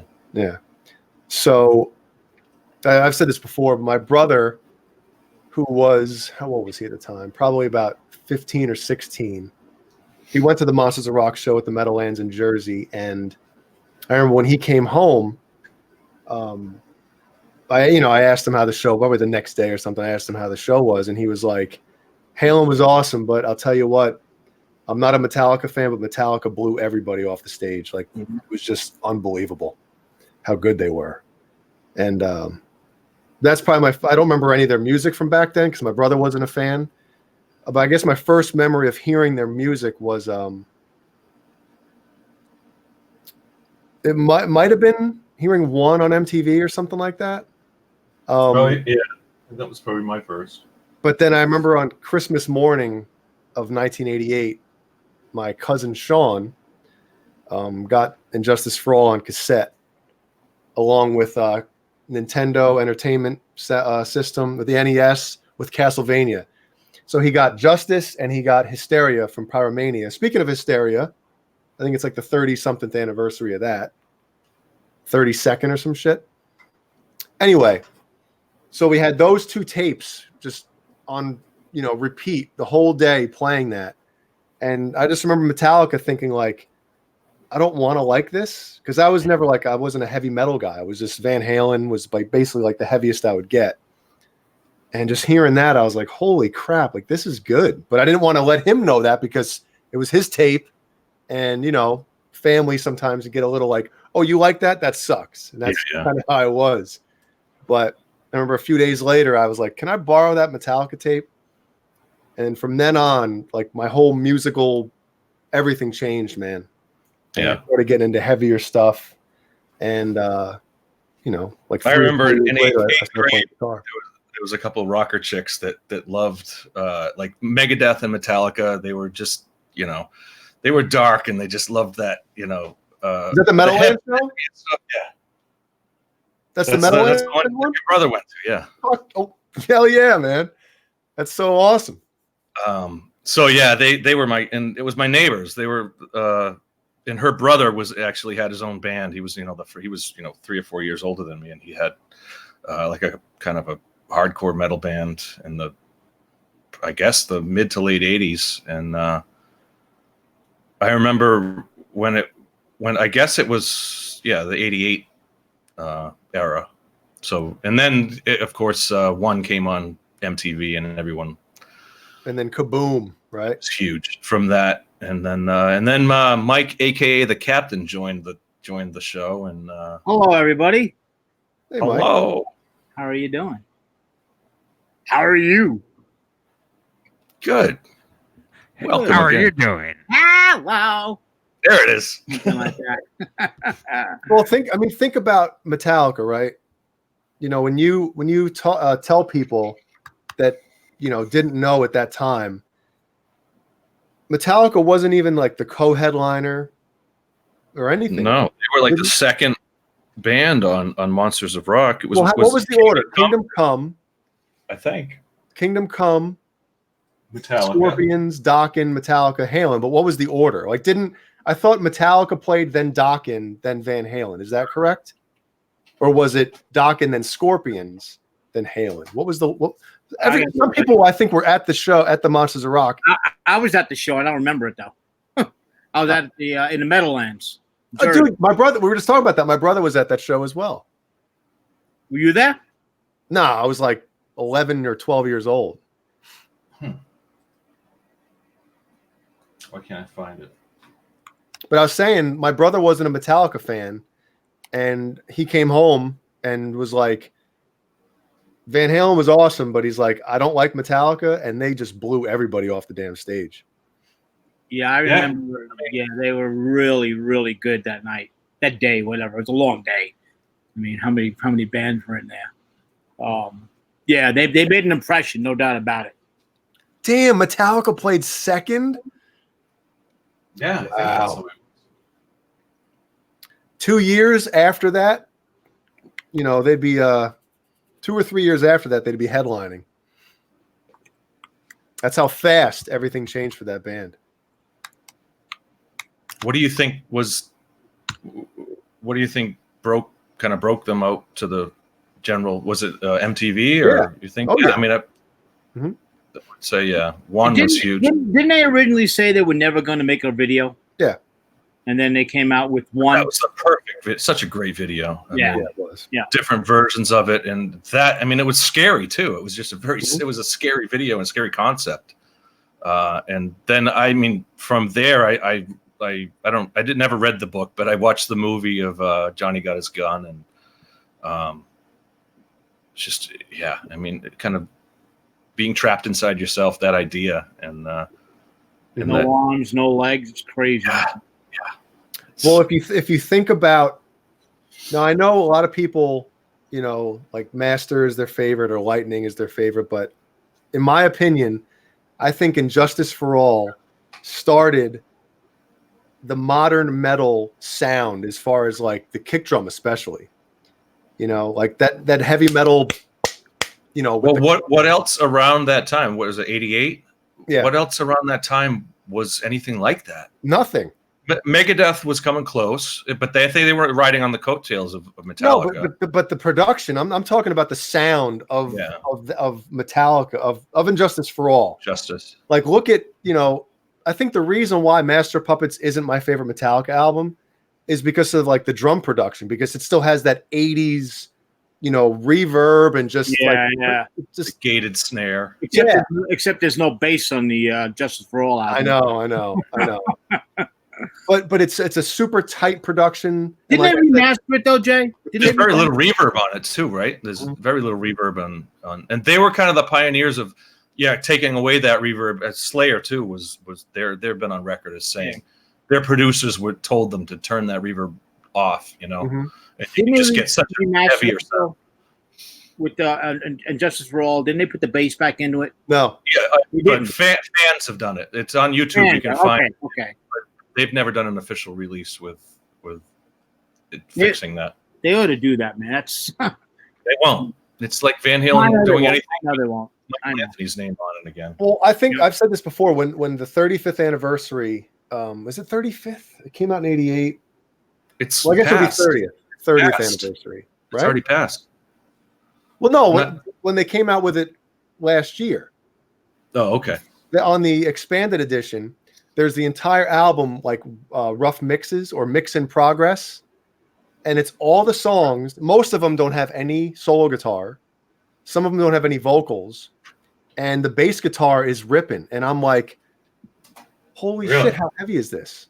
With the bass. And that's the thing, too, is like that guitar sound on Injustice for All. I mean, I wouldn't want it personally, but it fits that mix of that album. It works. I think the guitar sound on that album was amazing. Dude, even without the bass guitar, that album is heavy as shit. It's still listenable. I mean, it's always been listenable. It was great.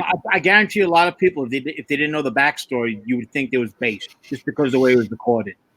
Yeah. If you're not a musician, you don't notice it. I mean, dude, the bridge to Blackened, the song, like that whole part. No, the bass guitar is virtually non-existent, and it's still heavy as shit. Yep. I mean, it was purposely done, man.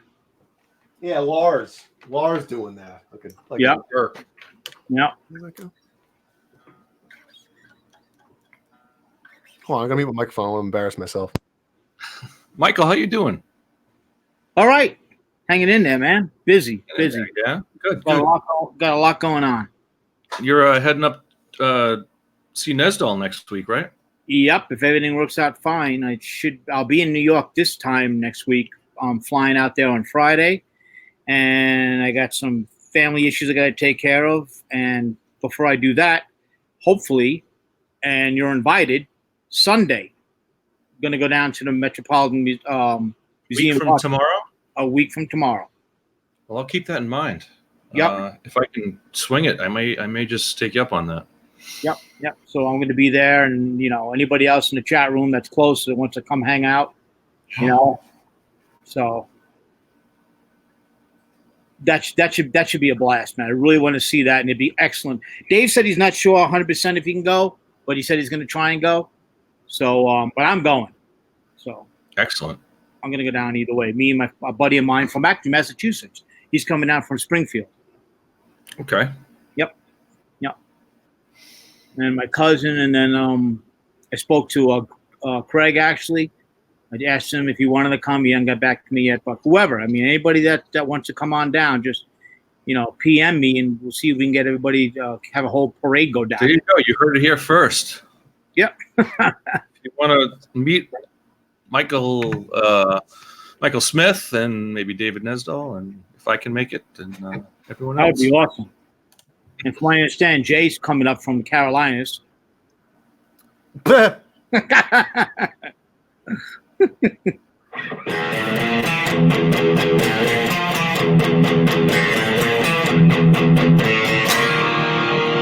riff, right?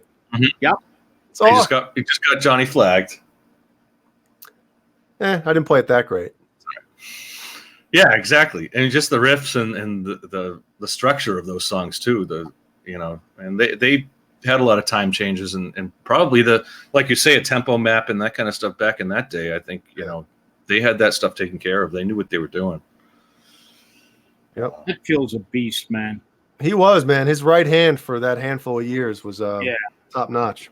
Like I say, who else was doing that? Was yesterday, wasn't it? Yeah. Right. Yep. Today or yesterday? I think for me it's yesterday. For you it might be today.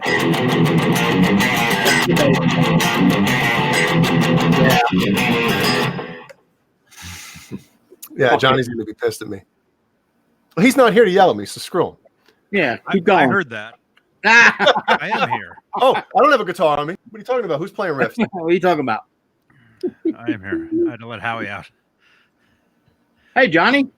Hey, man. How you doing? I'm good, man. How are you?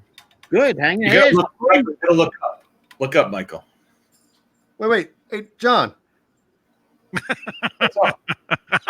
Oh, shut. Here's a story. You're over there.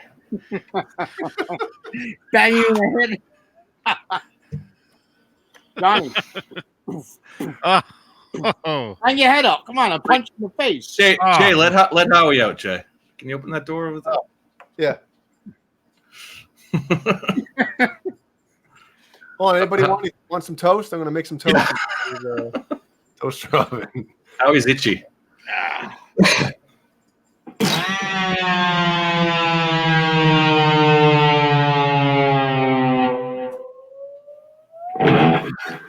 Nice. How's Howie doing, man? How's Howie doing? Johnny? Huh? Said, how's Howie? Oh, he's good. Cool. He's good. We went to the beach today. Awesome. And I've been really busy, but I saw through this thing called the internet that you have a new guitar. Yes. Oh man. There it Sorry is. about the- Where is it? It's over there. Can't see it. David Ennis, right? There it is. There David you go. Ennis. David Ennis, thank you again so much, man. Thank you. Yeah, EVH Wolfgang Special, Mexico. That is freaking awesome, man. How you like it? Mm-hmm. Oh, it's great. Did you take it to band practice the other night? I did. Cool, man. I did. Did you lay any tracks down or no? No, not yet. Okay. Not yet. Wait, can I play Gizmachi stuff on here? If it's not out yet, right? If it's not out yet, you can. But eventually, Anything you want. when it does come out, I'll probably get flagged for it eventually. Oh, Even though he played it beforehand? Yeah, Really? because I don't own it. Yeah, Oh, man. yeah. that sucks, huh? YouTube is getting smarter and smarter, you guys. And there was one time when John BL had a video playing in the background. Probably not that one, but that's a full-on bootleg. I hope that's not going to get you flagged. He had a Queen video playing in the background, like an officially released concert. And I woke up the next morning, and it said, "Ding, such and such owns this stuff." Yeah, and I'm like, wow. Didn't it say Vanilla Ice? It did, yeah. Vanilla took it over. But it was just from video. There was no audio. It was just from the image. That is crazy. Think of that, man. It's actually watching the video. Mm-hmm. That's scary. Mm-hmm. Unless they have people, going through these things. I'm sure they probably No. There's no people going through this stuff. It's all robots. Face recognition. It's all robot. Yeah. Yeah. Use your phone to open your face. Your face to open up your phone now. So same exact thing. Well, Johnny, I'll own this, the rights to this. So won't I be able to just if you get flagged, won't I be able to, No. Because it won't be like a record label owning it. It'll be me. Mm-hmm. It'll be up on iTunes though. Yes. Yeah. See what happens once it gets up on iTunes, they'll come eventually. They'll scan through everything looking for any bootlegged versions of that, and this would come up eventually. And this could be years from now. This could be 10 years from now if all this stuff is still going on. You could be sitting in a wheelchair at 95. Your phone ring. You played that number. They played that song. What? I'll play it backwards. There you go. Holy shit. How's that? Yeah, because for years, there was a video. I have a video of me walking through somewhere 12, 13 years ago. I've had this channel for 13 years or whatever it is. So I've got a video from 12 years ago, or no, longer than that, 13 years, whatever it was.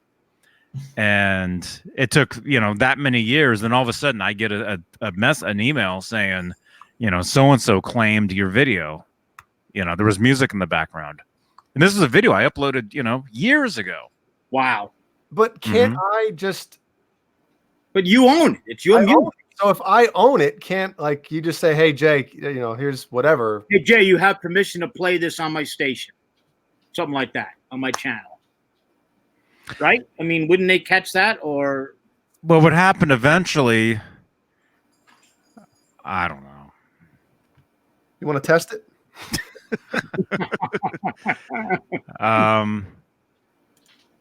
Okay, we can test it, but I guarantee you, at some point, I'll get an email saying it'll say this video that was copyright match. It's all about copyright, is what it is, and eventually. That might happen.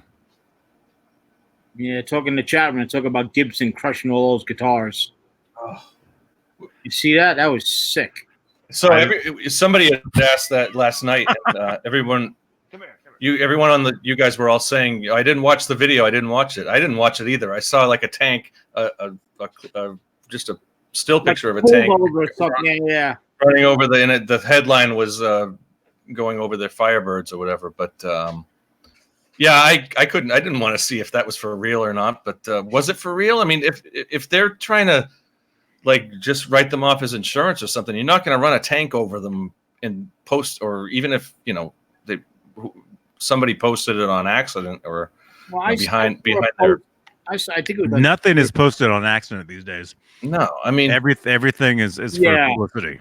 And that was from a that's a publicity stunt. If you're running a tank over these guitars, that's your. If you're gonna get rid of them, you just trash them. Well, I read something where Gibson said that they were unsalvageable. They couldn't donate them to to. And I'm like, come on, really? Are you Somebody was saying in the chat last night that those guitars, you weren't able to upgrade them. Right. There's something Some within the guitar. A chip or something that won't let you. Yeah, because with the automatic tuning you're talking about, right? Yes, I don't know. I guess they had automatic tuning where you can, on the back, it had like a little computer chip, and you can put in whatever, But wasn't the article? It was a tank that was running over these things, right? Yeah, I think nobody has a tank that they can just bring by. You have to rent a tank, or like you have to. So like it was a piece of machinery, like a. It was definitely a publicity thing. I mean, if they were just getting rid of instruments they couldn't use, they're going to put them in an incinerator or something. If you're going to pull out a tank to do it, it's a whole publicity thing. Yeah, they also said it wasn't the first time they did something like that. But the "we can't fix it" is to me, it's full of shit. I mean, really, you send it out there, you can send it to a school. They can guitar is an analog instrument, free probably, right? I mean, come on. Yeah. That was. Did anyone actually watch the whole video? I mean, did it say anything? I turned it off. I didn't watch it.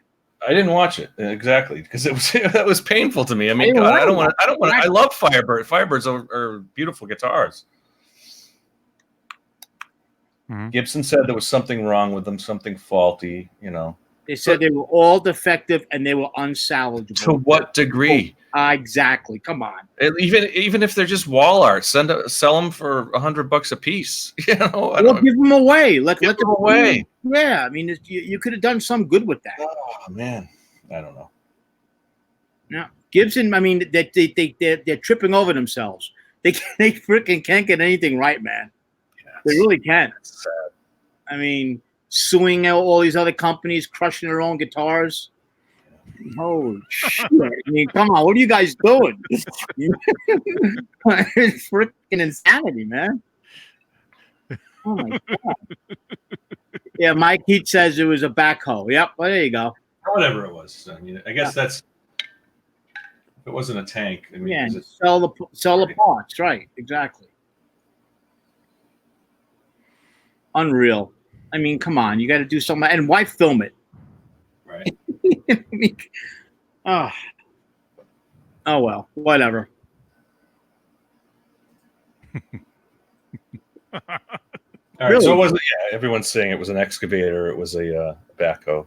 Yeah. For some, either way, I mean, it was disgraceful. Everybody in the chat room, what do you guys think of this? Obviously, it's all leaning towards their assholes. But I mean, donate it, right? Couldn't you just donate these things? Yeah. Citizen Kane, the horror. That's right. And whether it was whether it was a Volkswagen, who cares? If you're filming a vehicle running over these guitars, that's not how you get rid of unused stock. To roll them up, they were all in a perfect row. Yeah, it's a perfect for the damn tread to go over it. Just crunch, crunch, crunch. Oh my god! Again, I didn't watch it. I saw it. I'm like, I don't need to see this. I mean, it's same here. Yeah. Yeah. Too painful. Yeah. Wait, can't we get away with 3 seconds? Play it fast. Play something for 3 seconds, right? Yeah, I want to hear it. I want to hear it. Can you speed it up? Did you hear that at all? Mm-hmm. What did it sound like? Sound like rah. Yeah. Can you hear that? I like that. Sounds familiar. What is it? Is that you?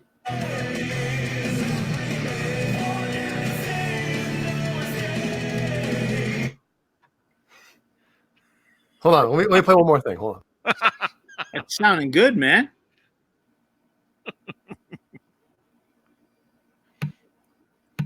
So I've talked to you guys before about something we call bridge bending, right? Where you play a riff, but you don't use your fretting hand. You use your left hand to go across and move the bridge.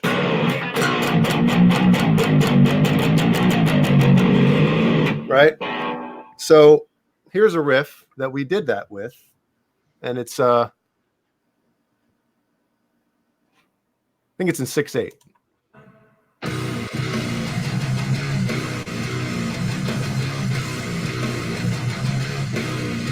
shit, that is heavy, man. I like that. Right. So that is. Show it. Go ahead.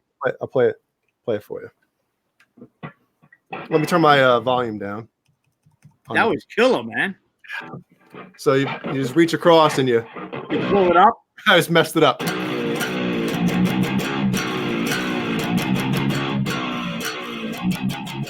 But the tricky thing is getting that like part going up, because you're not going back to B, you're actually going up to, let's see. Is it a half? You're going up 3 steps right there. Dun, dun, dun, dun, dun. Yeah, so it's a tricky thing to do, especially if you're playing it live. But it's kind of a cool thing, and that's a great riff. Since we started, that is really heavy, man. We have a riff on our first album that does that as well, and I haven't seen anybody doing it. And I know we weren't like anything, you know. It's not like if Metallica did it. Next thing you know, everybody's doing it. But still, like that's killer, man. James, 1967. I want to mosh. So do I. Want to mosh for that, man. You're gonna have people smack each other's heads in a mosh pit. I love it. Well, that album's coming out either late October or early November, something like that. So I'll be one of the first in line to pick it up. I'll tell you that much. Well, thank you. Well, you're welcome. That's the next Gizmochi album? Is that what it is? Yep. And for anybody who's a heavy metal fan, the voice you heard in that previous part is the singer from Soilwork. So we're buddies with him, and he helped out and did, all the main vocals on the album. So after the album's release, any plans? Or I know the album's still not out or anything like that, but I mean, is it gonna? Because right now you can, sell stuff online and everything like that. But I mean, if it picks up, right, that'd be cool. I mean, the problem is that he's in Soilwork and he lives in Sweden. So I mean, that doesn't help. No, it doesn't help at all. That kind of throws a monkey wrench in it. So all right. Yep.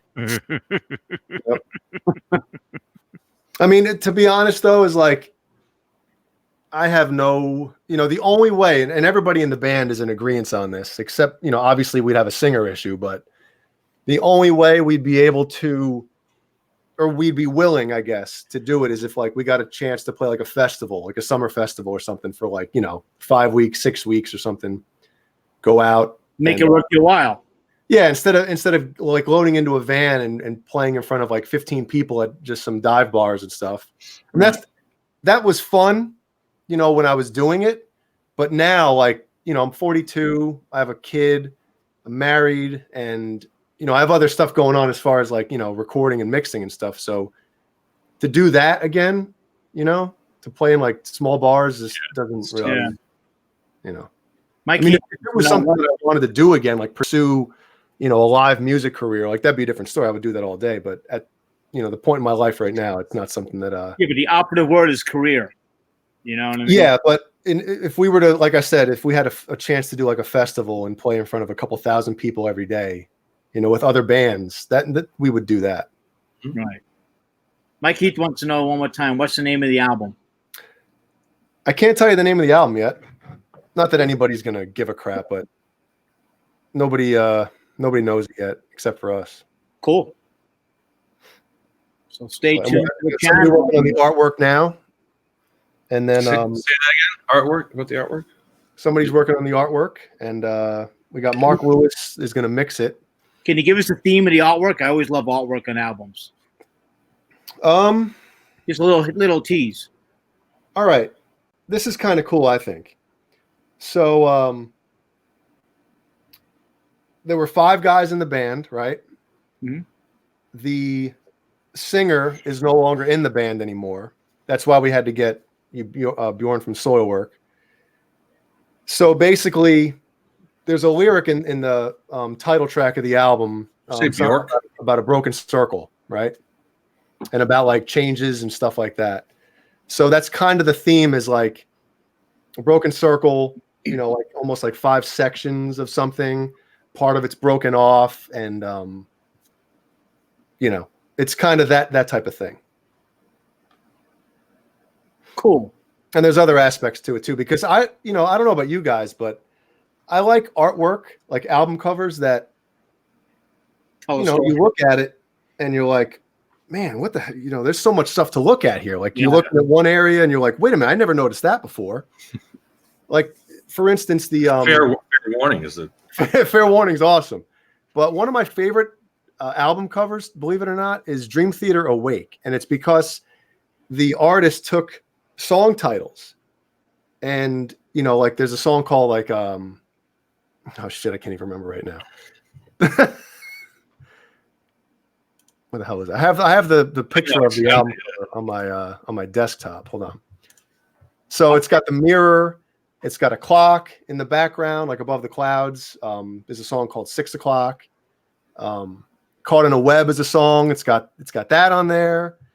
You know, a spider web and stuff. And there's different layers and different things going on in the artwork. And so basically I sent the artist, you know, kind of the concept, and then as well as like the track listing. Right. And I said, if you're seeing anything in those song titles that you can kind of, you know, put around. Yeah. You know, just to make it like, you know, more than like one thing to focus on. I like different stuff going on. Which album were you talking about? Dream Theater Awake. Yep. You know what's a wild album cover? There's a lot to look at. Captain Fantastic and the Brown Dirt Cowboy from Elton John. Anybody out there? Yes, Captain Fantastic and the Brown Dirt Cowboy. Look it up. Smith and the what? Oh, it's a great album. One of my favorite albums by him. And the album cover is crazy. Just so busy. A lot going on there. You want to talk album covers? Yeah, absolutely. I mean, oh wow, yeah. I don't think I've ever seen this before, man. What are you talking about? Oh yeah, that's cool. Yeah, look at the artwork in that. It's great, man. Oh yeah, but you're right. There's so much stuff to look at. Yeah, and to your point, not all of them, a lot of the characters have to do with the album. So if you listen to the album, listen to the songs, you'll see characters on the album cover. Yeah, so that's cool. I mean, what you know, one of my favorite thing about you know, years ago buying, whether it was a tape or a CD, you know, you get home, you lock your damn bedroom door, and you sit on the edge of your bed, you put the CD on, and the tape on, and you just okay. Yeah. You pull out your mattress, you pull out the, you know. I thought you were talking about something else, but yeah, I remember that. But no, man, just staring at the album cover and, you know, the emotions coming through. Lock the bedroom door, shoot yourself in the eye. Reading the liner notes and the lyrics.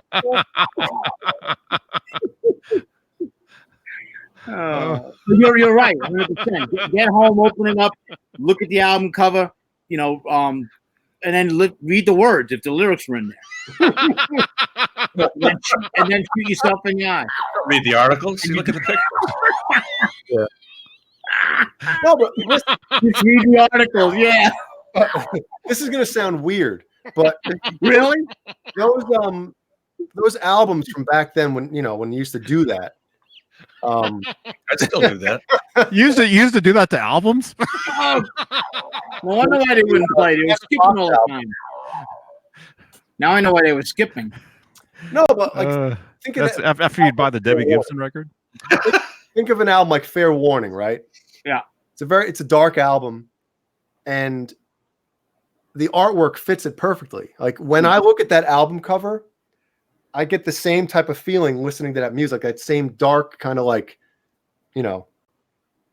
And I think that the artwork from back in that era, it meant something. They definitely put a lot more thought into it back then. Yeah, nowadays, like, you know, here's the thing: people don't even see the album cover.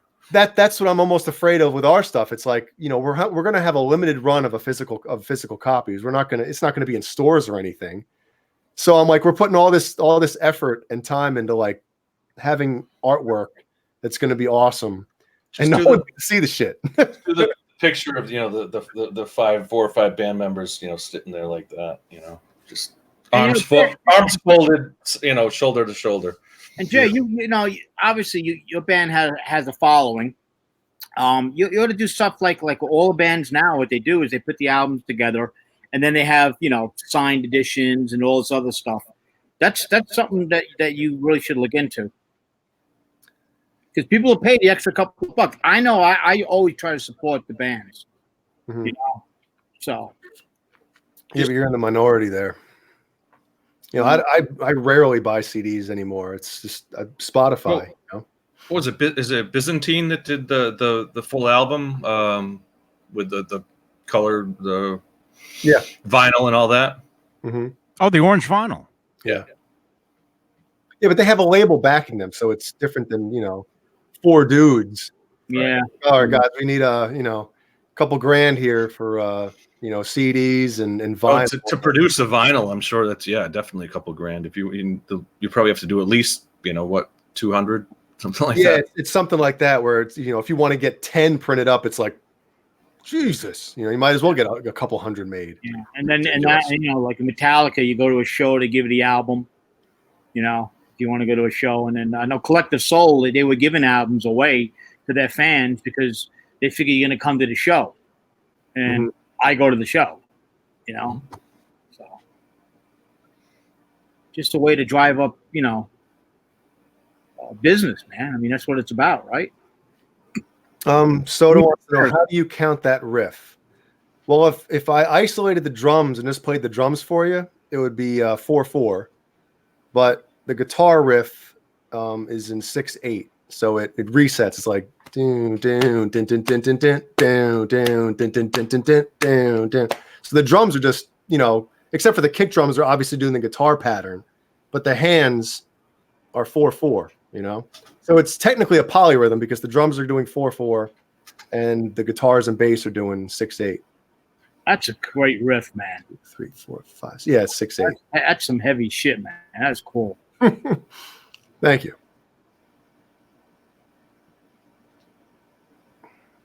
How many songs you got for the album?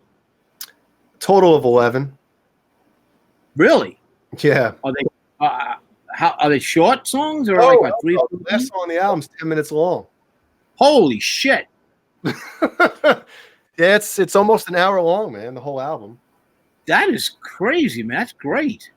That's a lot of content. It is, and I feel like, you know, if this wasn't our last album, kind of like it would be shorter. You know, my producer brain would step in and be like, "All right, guys, this riff is too long," and not too long, but some of the parts it gets a little how do you say, not embellish, but a little. Couple songs is like a couple extra parts in each song where you're like Self-indulgent. Yeah. If you're trying to sell records or if you're trying to get on the radio, you probably take like almost like Dream Theater. You know what I mean? Where if you're looking to you know, get some radio play and stuff like that, you might want to trim the fat a little bit. But we were like, screw it, man. You know, it's our last album. Sean Salas in the house. What's up, Sean? What's up, buddy? That's cool, man. I mean, I'm looking forward to it. That's a lot of content. Like I said, an hour. Yeah. So what did you take? I mean, is a lot of it old stuff that you guys had written in the past, and then you're bringing it, you know, to this album, or is it a lot of it new, or what? Well, our first album came out in 2005, and then we started writing this album in 2006. So, I mean, there's virtually the whole thing was written. Like the drums, all the drums were recorded in March of 2010.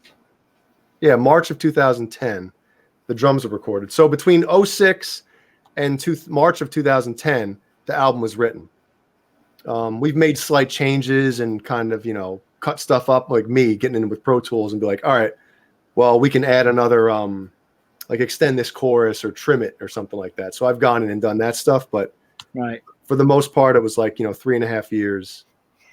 And then, you know, obviously the vocals are new because Bjorn did them, what, 1.5 years ago now? How did he do? Did he record them kind of overseas where he is and sent you the tracks? Yep, I sent him all the stems, you know, the bass or the drum stem, the guitar stem, bass stem, you know, and what our because we had two, I don't want to say two singers, but our old singer actually was, you know, he was the lead vocalist, and then the other guitar player he would sing the majority of like the clean, melodic stuff. So we sent him his lyrics as well as his vocals as well. So all the lyrics that he wrote kind of fit the theme of the songs. And then he added harmonies to Mike's stuff as well. So there's some parts, man, where there's like 12 vocal tracks going at once. Wow. With, 3-part harmonies, and it's like, holy shit. It's cool when you can do that. God, that's an extra level of professionalism and just quality to it. Mm-hmm. It's great. Yeah, so let me hold on a second. I'm gonna bring it back to a part.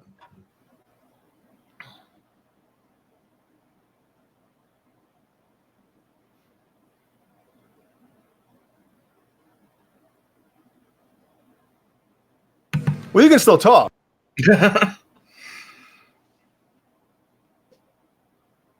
Are these final mix downs or rough tracks, rough mixes?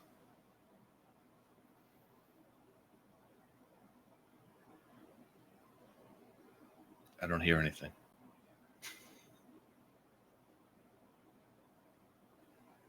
Totally gonna get Johnny flagged, man. In 4 months. Are you playing anything? Did you play it? Because I can't hear anything. No, not yet. Okay. What the hell was I just gonna say? I don't know. No, these aren't final mixes or anything. These are just like rough mixes that I did to kind of send to the mix engineer, so we can see like, okay, well, this is where those guys are going. Johnny's back, so I can't play anything. I'm back. Yeah, I guarantee you, I'll get an email eventually, because if the stuff goes up, if it's on iTunes, and so then you're already going to get flagged then. So screw it. It's ridiculous. Well, there's different levels of flagging, and what we don't want, what we want to avoid, is the level of flagging where 3 strikes and you're out levels. Oh, because that can happen. But at the same time, if it becomes an issue with this, I can, since I'm going to have the rights to the music, it's your content. Yeah, I mean, I'll just call Mr. YouTube. Hey, Mr. YouTubes. Hey, Sean. Hey, man. Good to see you, dude. Oh, there's Mike. Oh, hang on. I gotta let Mike back in. There we go. I got banned. Well, no. I took you out I know. because we're using the free version of this right now. Free? You got to pay for this shit? Eventually. Yeah. There's a paid version of this. Oh, I didn't know that. Okay. Yeah, which we'll probably try. You didn't pay Johnny yet? What? What's the difference? What? What's the difference between a paid version and the free version? Well, see that duck on Jay's wall? Yeah. Yes, I do. Actually, I think that was actually on his wall. You see that duck that's on your wall? Yeah. Okay. For the paid version, that goes away. And then there's and then there's banners you can do. There's branding. You can change. You can have like there's all different kinds of stuff apparently that you can do. Okay. Yeah, Mitch. Yeah. It's in beta. I mean, it says beta next to it that I'm looking at least. So eventually, what they'll probably do is, what it seems like is everybody that was using Hangouts, they're all jumping over to this. This is what a lot of people are using, and these guys are going to be like, well, Yeah. we're going to start charging to do this. There already is a paid version of it, but if they start charging for it anyway,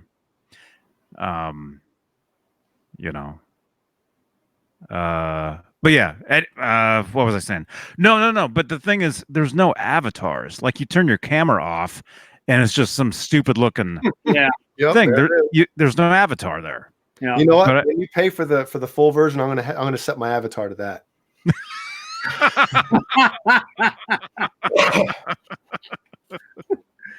Just a bunch of random things. It looks like a thing. I know. There you go. It's a thing.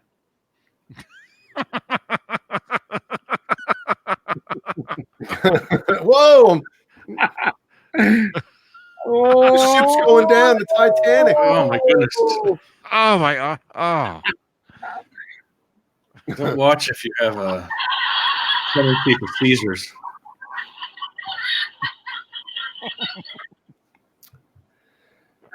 Ron John wants to know, is Reaper any good? I've heard it is. I use Pro Tools, so I don't know, but I do know. They say reefer? Whoa! Yeah, Reaper. I do know some people that use Reaper, and they love it. So, I mean, here's the thing: is like a lot of the the top ones. I know, Sean. I know. My eyes too, man. Oh. They do. They pretty much do the same thing, man. Studio One I heard is great. So Sean used Reaper, not Reaper, Reaper. What is Reaper? Is it just Recording software. What's your go-to, Jay? Are you Pro Tools guy or? yeah, Pro Tools. Are you Pro Tools? Yep. Electric lettuce. Electric. Jay, let me get that for you. How did he know? How did he know the name of the new album? Ladies and gentlemen, Electric Lettuce. That is a great name with the Grinch avatar. Yeah, exactly. Quick, I'm assuming get that domain. That's a great name. Oh, Yeah, grab it quick. quick, man. I'm assuming It's like Strawberry Alarm Clock. The late '60s sort of psychedelic stuff. so. Fear My 3-inch is asking. Great name. I'm afraid.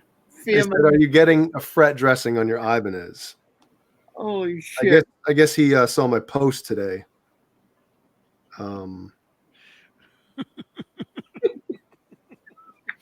Of the is that coming? Let's see if that comes through. Mark, bring it close. And Now, then, All the way up. Pull it away slowly. what's with those strings? What happened? Well, I'm Look pulling at them apart right. so you can see the fret. Oh, okay. Holy moly. Look at those things. Wow. Yeah. I mean, yeah. I don't know who to take Well- it to, man.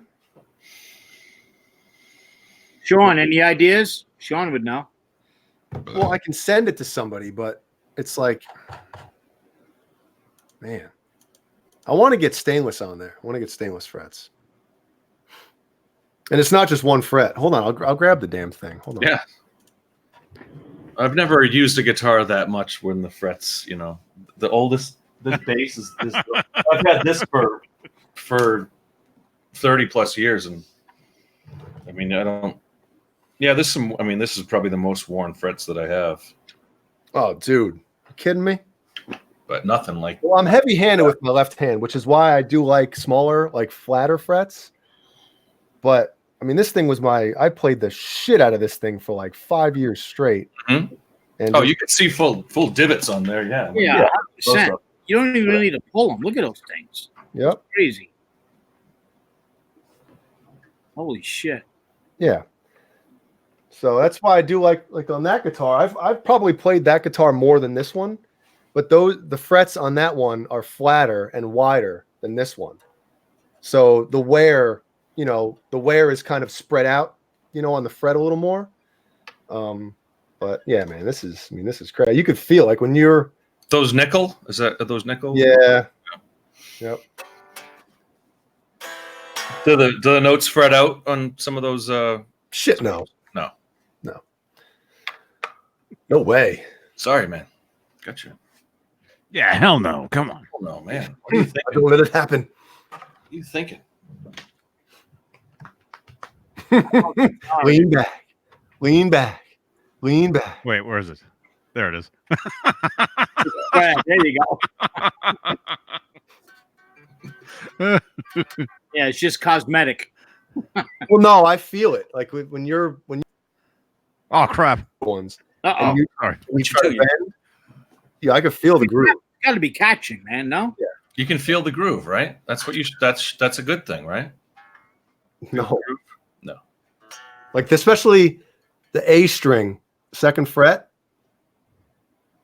It's like holy. Let's see if you can hear it. Hold on. Plug it in. Yeah. And somebody who asked Evo or stainless? Stainless, man. Stainless is the way to go. I don't want gold frets. Gold. Well, aren't the Evo frets, aren't they gold? Well, not gold, like 24 karat gold, but they're the color. Gold frets they'd be worn down in a couple of days. Gold's pretty soft. Yeah. Play, please. I played some stuff before, didn't I? I'm gonna get Johnny flagged for Metallica and Machi. Make shit up. They'll flag you anyway. Ron John says, Jay, how do you not go sharp from pressing so hard? That's why I prefer the smaller, flatter frets over these, because I'm pretty heavy-handed with my left hand.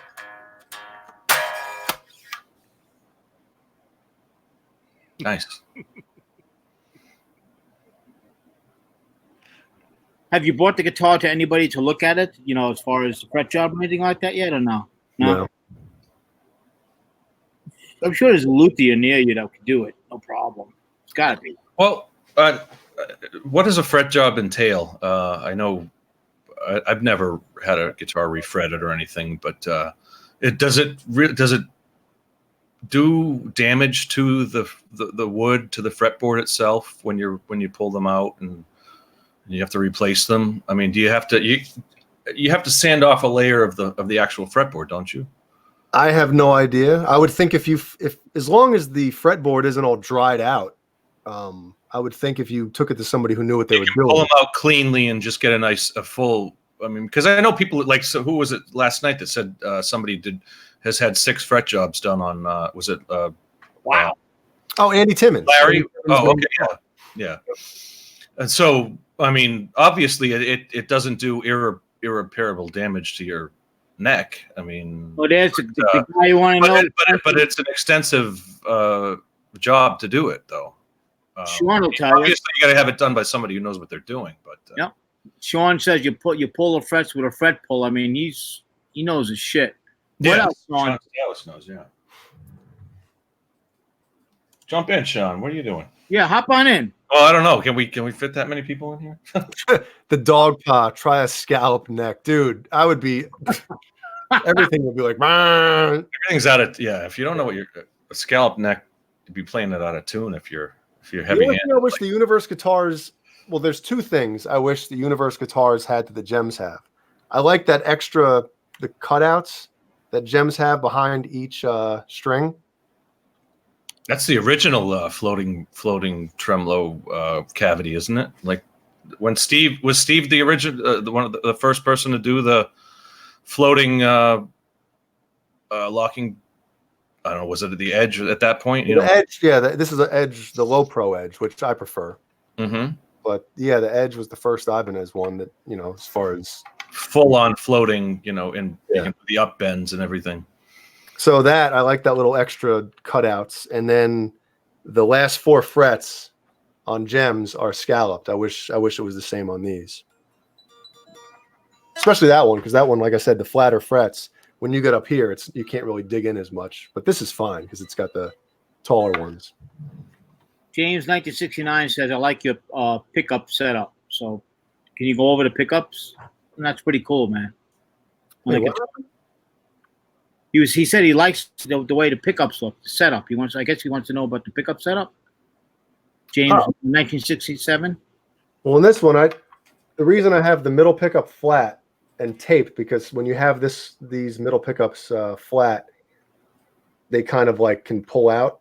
That's why I have this one taped. But the way I pick is right over that pickup, and when it's sticking out, it annoys me. And plus down here, it gets in my way. So I want it flat. Barely use it, so what the hell's the difference? But these are just the stock Blaze pickups, which are awesome. They sound great. But that one is the evolution in the bridge and Air Norton, which I think is the best neck pickup in the world. And yeah, Cool. there you go. Read Sean Zimmerman's comment in the chat room there. Sean Stiles said that he was dead on as far as ebony fretboards. These are rosewood. Okay. Paul German said you can get Chip out or Chip Ellis, There you go. but normally very little bit. Ebony is worse. But even if you do get, what the hell is going on? I can't. My chat is scrolling. I'm trying to. Yeah, you get a little chip out. You can use super glue and wood dust of whatever wood is. Oh, there it goes. It's flying by me too. There you go, Johnny. Johnny's on the ball. How you can't see me? How'd you know? No, he didn't say you're on some balls. He said I'm sitting on two of them. Oh man, that's painful. That's the worst, huh? When you sit on one. Oh, Did you see that video of that guy that sat on one? No. There's a video of some dude. He sits down and you could tell he sat on one because he jumped up immediately. He's like, "Oh!" You guys see that video? I used that opportunity right now to pick my nose. You missed. You see? I wasn't on it. Like, okay, I'm not on it. I'm gonna pick my nose real bad. Let's see what he's looking up. Balls. Oh. No, Jay, your first Metallica show was Middleton, right? Middletown, yes. That's another show that I have here. Nice. I mean, I'm not gonna, for anybody commenting about refretting, I'm not gonna do it myself. You're crazy if you think I'm doing it.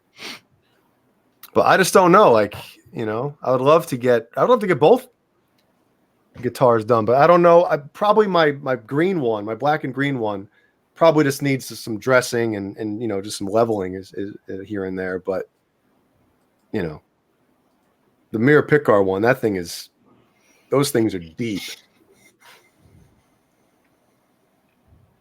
I love. There's another great name, Dixie Normus.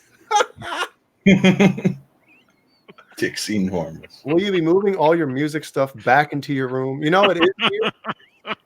Literally everything is to my left here, but I had people staying up here, so I had to kind of clean up. But yes, it will be back there as soon as I'm not lazy.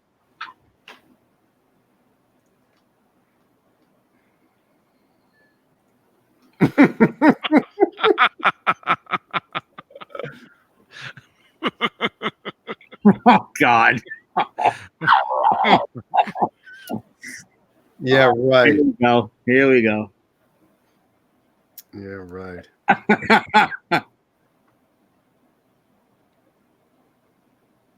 Bastards.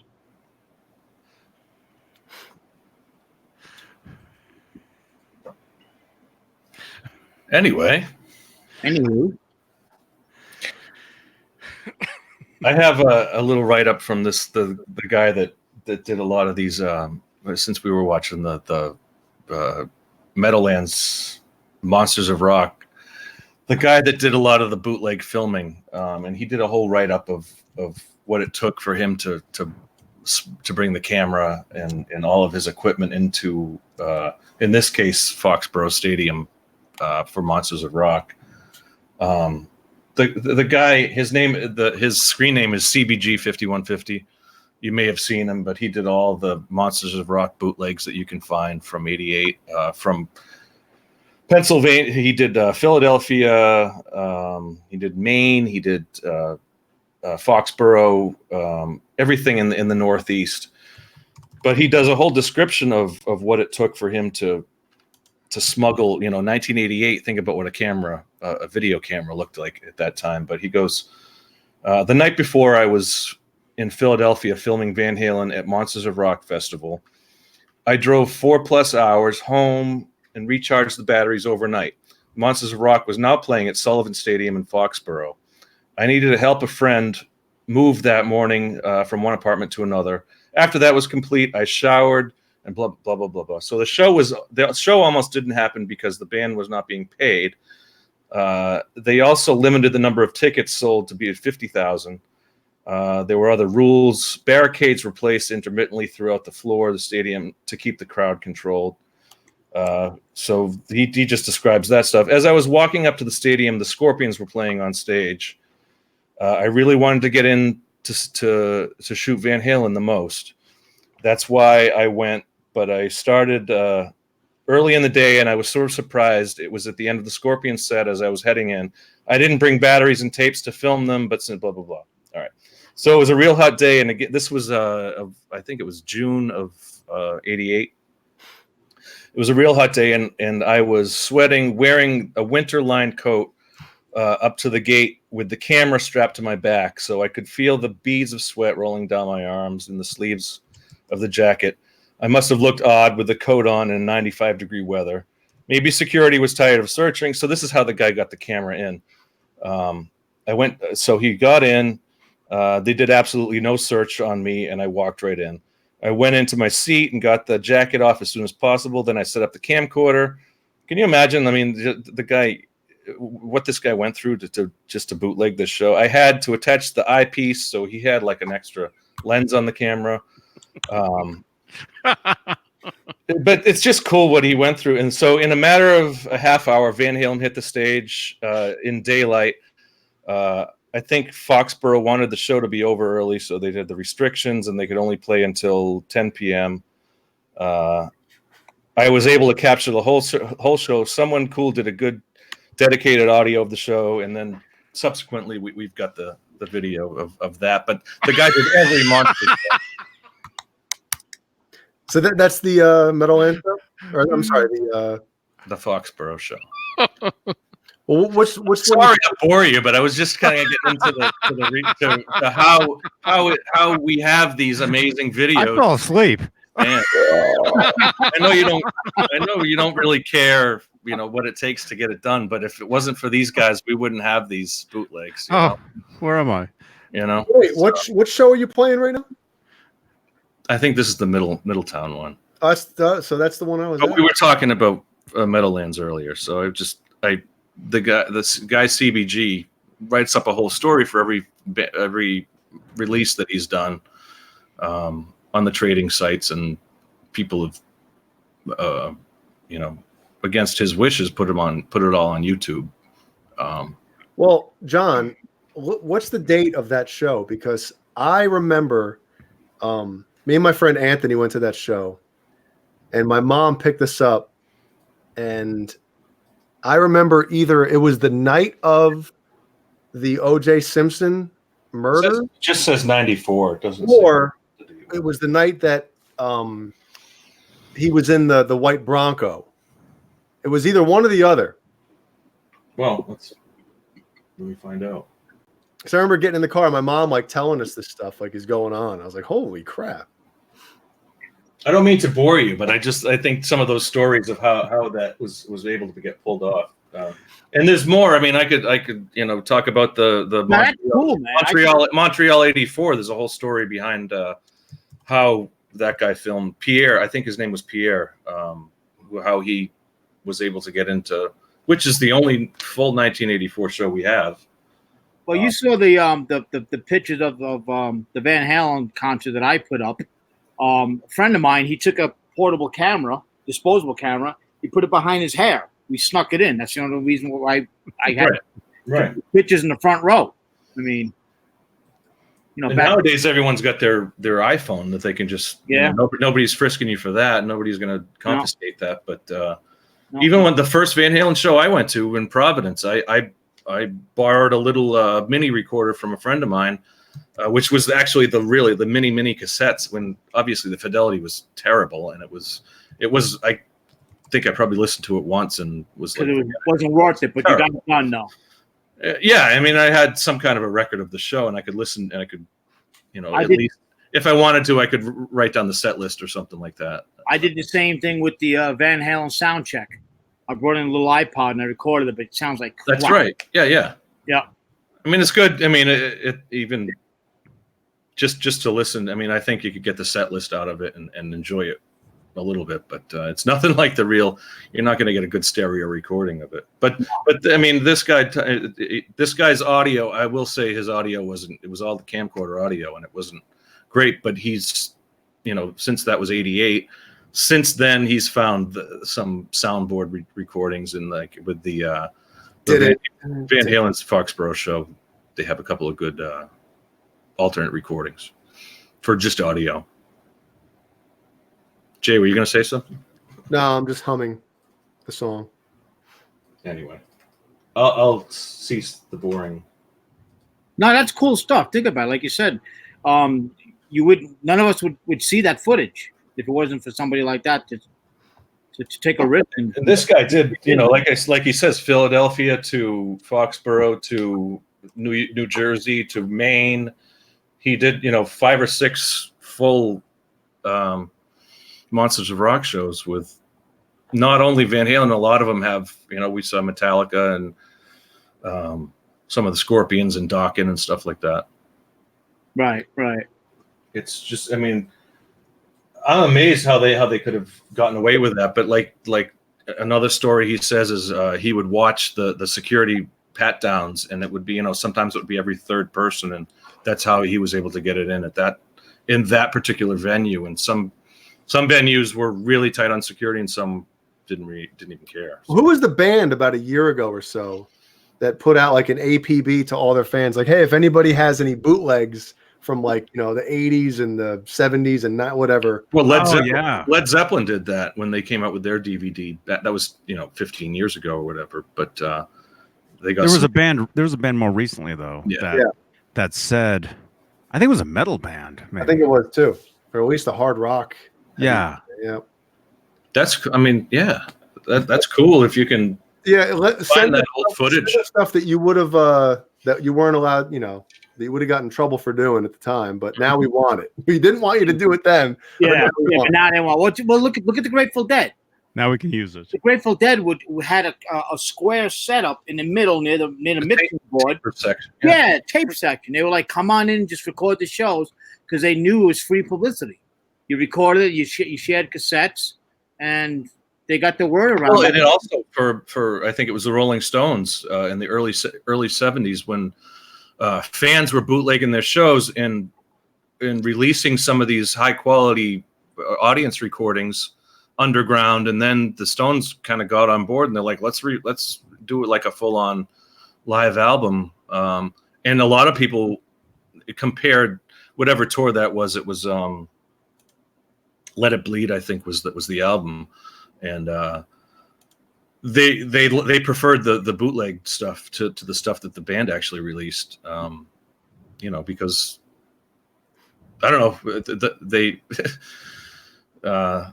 it was probably a more inspired night, I would say. Look at Led Zeppelin with The Song Remains the Same. I mean, it's great that we have that film, but it wasn't an inspired night by all accounts from the band. They were having an off night or an off couple of nights in New York when they were doing that.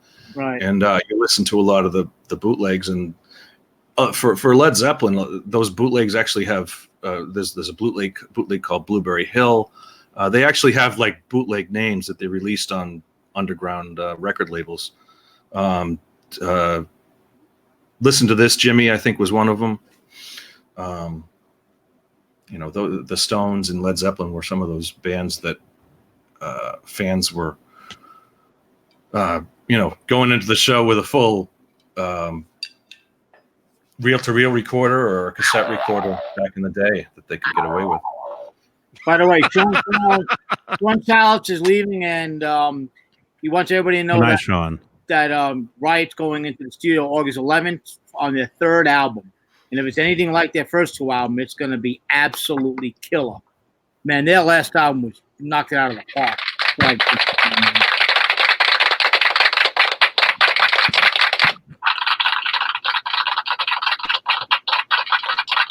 So check out Riot, everybody. And Sean, check in.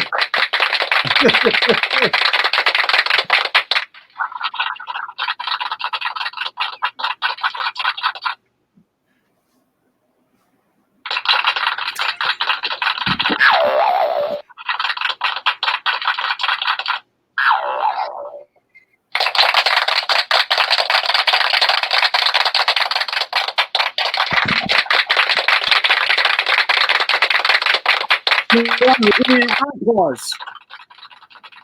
Oh wait a second.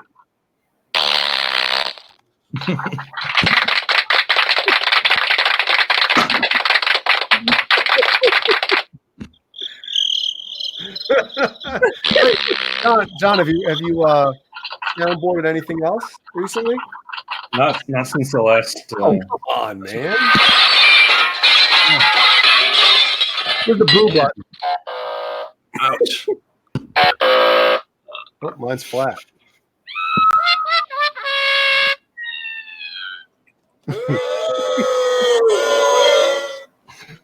We got the boo birds out.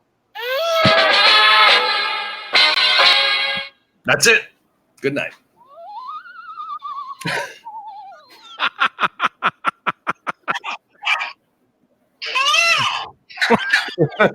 Oh no. Here we go. Now we're flagged. Oh. They didn't flag you last time I did that, did they? You didn't tell me. If they did, I wouldn't have done it. Let me see. They never flagged the other one.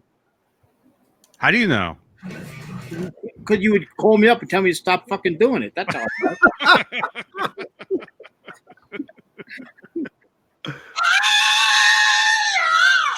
Oh, that'll definitely get us. One of those. Let's test them. I'm gonna do all 21. You know what? That is like a free app.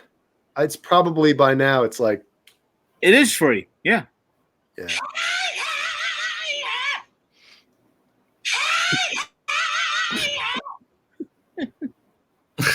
Oh God. Hey John, have you done anything with the VH1? What? Have you done anything with the lately? You can tell us. Nobody's watching. The VH1 project. I thought you were gonna do something with It's still a project in the works. I got it up right now. What did I add? I added something.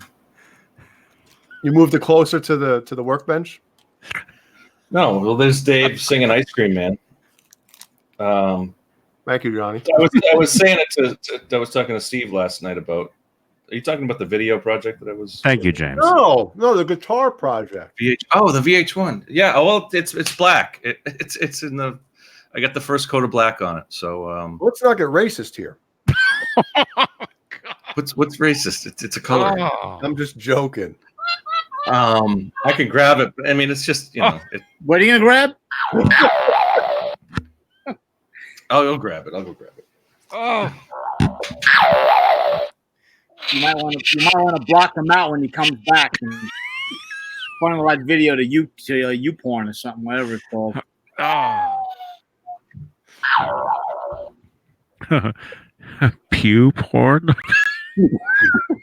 Pew porn. Is that a thing? Pew porn. Look at the Chewbacca thing up in the top right. Yeah. Oh, I never know. Look at Chewbacca's head. Oh, I love it. Oh, he's back. Shh, shh. Oh wait, where is it? Masturbation station. So Thumbnail. it needs a few more coats. That's the thumbnail. Yep. That's cool though. So you did start it then. Yeah, I got it started. Okay. But you can still see because I sanded off the original layer, you can still see the sand mark. So it needs a couple more layers of black. But that's where it's at. Black.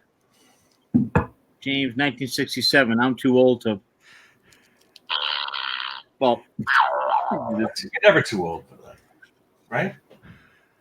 I don't know. To what? So, yeah. Hey, Guitar Guru. Good to see you. Never too old for that either. Guitar Guru, what's up, man? You're never too old to conga. That's right. Hey, John, any new sound bites from the previous weeks? I just asked him that. Oh, I didn't hear you. Sorry, I was too busy doing this stupid thing. I don't know. Were you on last week? I played a few last week. I don't know if I have any of you, Michael. Hold on, Maybe wait, don't do it yet. I got to go grab another brew. Yeah, me too. You're on your own. No. No. Go. I'm good. I'll be right back. I'll be back. It's dogs. No. Who do you got on? You got to have some good stuff. You got any Mancuda? That's what I just played. Put it again.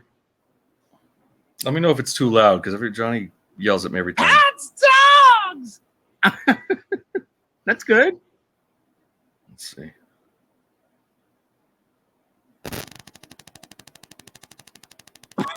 What's that? The hell was that? It is me, actually, yeah. Oh, this is bad cable, I think. Oh, man. God almighty. Are we good? What the hell you were doing there? That's so cool. Well, I don't want to bring the show down.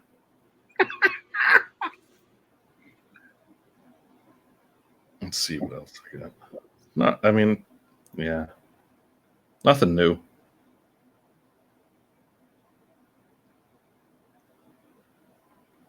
See, look at me. I look tired. Look how tired I look. Is Johnny even here? I thought I did have some from Jay, but I don't know what I do with them. I played them last week.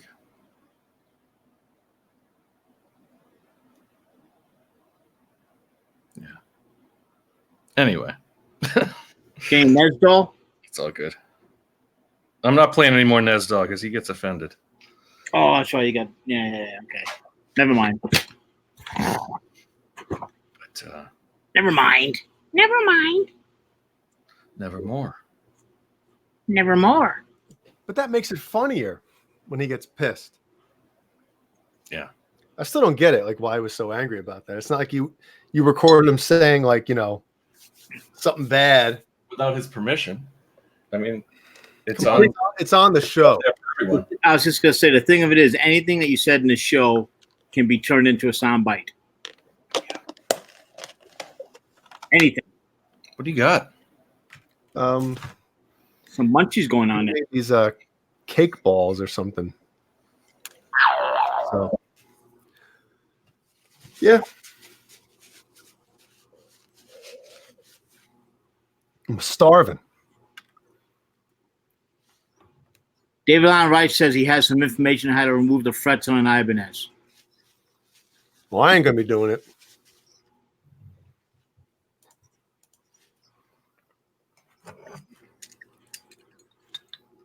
Yeah, I'm always afraid to tinker with stuff that bad. My luck, I'll destroy a damn guitar. Mm-hmm. And I want to make sure I bring it to somebody that, if they end up screwing it up, they're liable for it, If it works out the right way. That's what I mean. Yeah. I don't want it to bring it to somebody's, house. Hey, refret my guitar. Yeah. I want to take it to somebody that if something does happen to the guitar, Yeah, you have some kind of recourse. Yep. Like all the frets are the same color.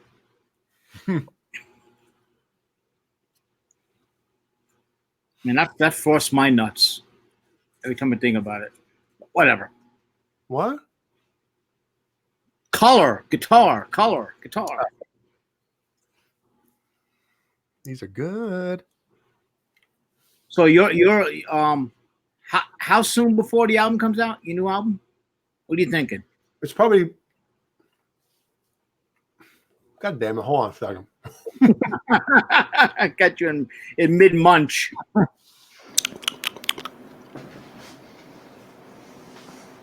Mid-munch? Supposed to start third week in August, but I talked to the mix engineer yesterday, and he's got to work on Whitechapel at the beginning of September, so it's going to get pushed back a week or a couple weeks. Okay. So it might not come out till November now, but that's fine. Whatever. You have the tracks laid down already? Is he just mixing them or what? Yep. Okay. Cool. Have you tried mixing them? Because, I know you have the equipment there. Yeah. Okay. So, how's it work? Is he polishing them tell us, Well, novice, what the process is. it's hard to really to explain the whole thing, but like I do mixing, that's what I do. Exactly. But I was slamming my head against the wall mixing, and I've heard this from other engineers as well. It's like your own shit. Yeah, it's so hard to mix your own music. You know, like when I hear when a band sends me, like the tracks for something to be mixed and a demo or something.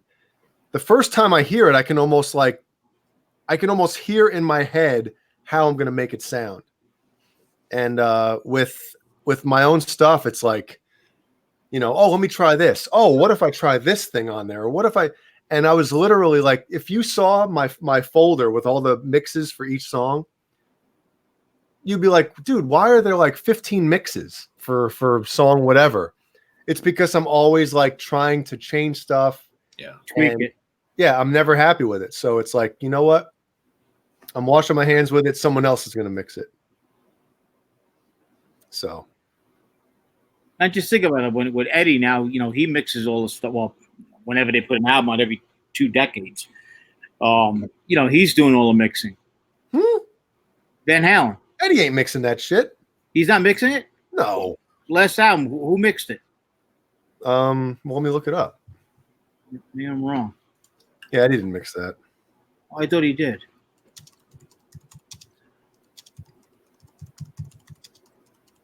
They didn't even use 5150 on the last album, I don't think. Well, to record the music, yeah, but Roth recorded somewhere else. Yeah. Didn't the band record somewhere else as well? I thought. No, I thought it was every. The engineer was Martin Cook, who was the. Ross Haygarth was the mixer. Okay, all right, I'm wrong then. Okay. Ross Hagar. Ross Hogarth. I'm sorry. Ross Hogarth. Yeah. I ran into him at an AM show one year. Yeah, the band went to Henson Studios with engineer Henson. Martin Cook. Henson Studios. They didn't record a 5150 as far as I know. Really? I thought okay. I was way off base. However, by the end of March 2011, the band returned to finish the record at 5150. So they were at a couple different studios for that. Oh, maybe they did the drums somewhere else, and then Yeah. You said Roth did everything off site, right? Didn't he? Yeah, he didn't record his vocals with the band. Most of the work at 5150 was for the guitars and bass, as Eddie, quote, couldn't hear them at Henson the way I'm used to. So everything sounded like it had a sock over it at Henson. Henson is it's known as the Charlie Chaplin studio. Why? John Biel. Was it originally a Chaplin studio? He would hang out there, I think. Oh, wow. Charlie Chaplin? He would hang out there back in the day. But with Ross Hogarth. Huh? Back in what day? Because Chaplin died in the 70s and Henson died in the 90s. What are we talking about? Huh? No, I think the building. I think that building. Okay, so Chaplin probably years. Chaplin probably owned it first or had years and years or something. But I ran into Ross Hogarth at an AM show one year. Actually, me and Michael Gutierrez, we ran into him, and I went up to him and I introduced myself to him. Did you get hurt? No, Ross. He's like, you're the Van Halen fan. Really? He knew who I was. Yeah. Oh wow! And he started laughing. And he was pointing at me, laughing. He's like, "You're the Van Halen fan," and it was kind of weird. You say me among other millions, Right? You're the Van Halen fan. You're the Van Halen. Yeah, he knew who I was. It's gone to every concert and bought all the albums. That's impressive. That's pretty cool.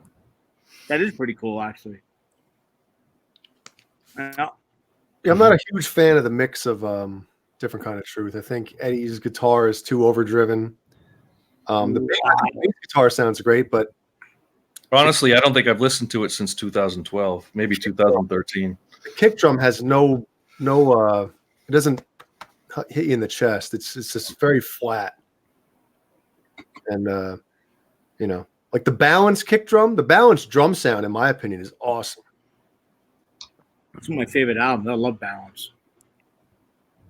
But yeah, I just feel like Eddie's guitar is just almost like a buzzsaw on the new, not the new album, but the newest Van Halen album. I was just gonna say that, especially on and you wouldn't think it on it's a slow song. Tattoo. Just listen to he hits one chord. It sounds like a freaking buzzsaw, man. I mean, so much overdrive in that thing. Yeah. Well, it's like Tokyo. You listen to Tokyo Dome or their live sound during that, and it was super distortion, overdrive. You know, not even overdrive, just distortion. You know, that tone wasn't my favorite on that. You know, on that tour either. Thank you, Johnny.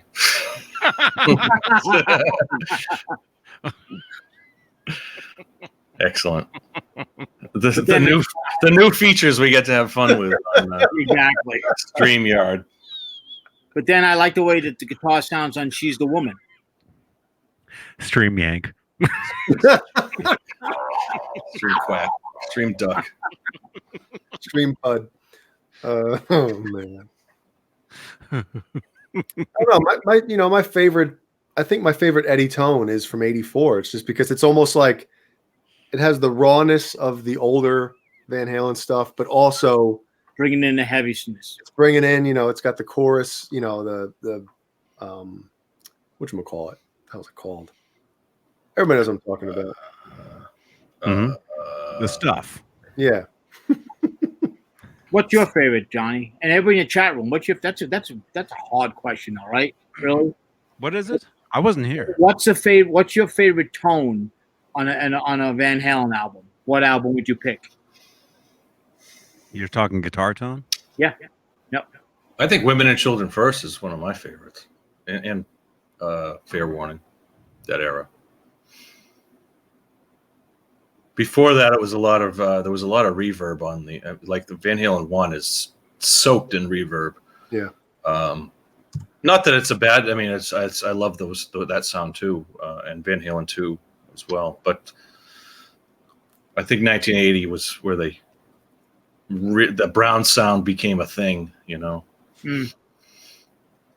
And nothing to do either.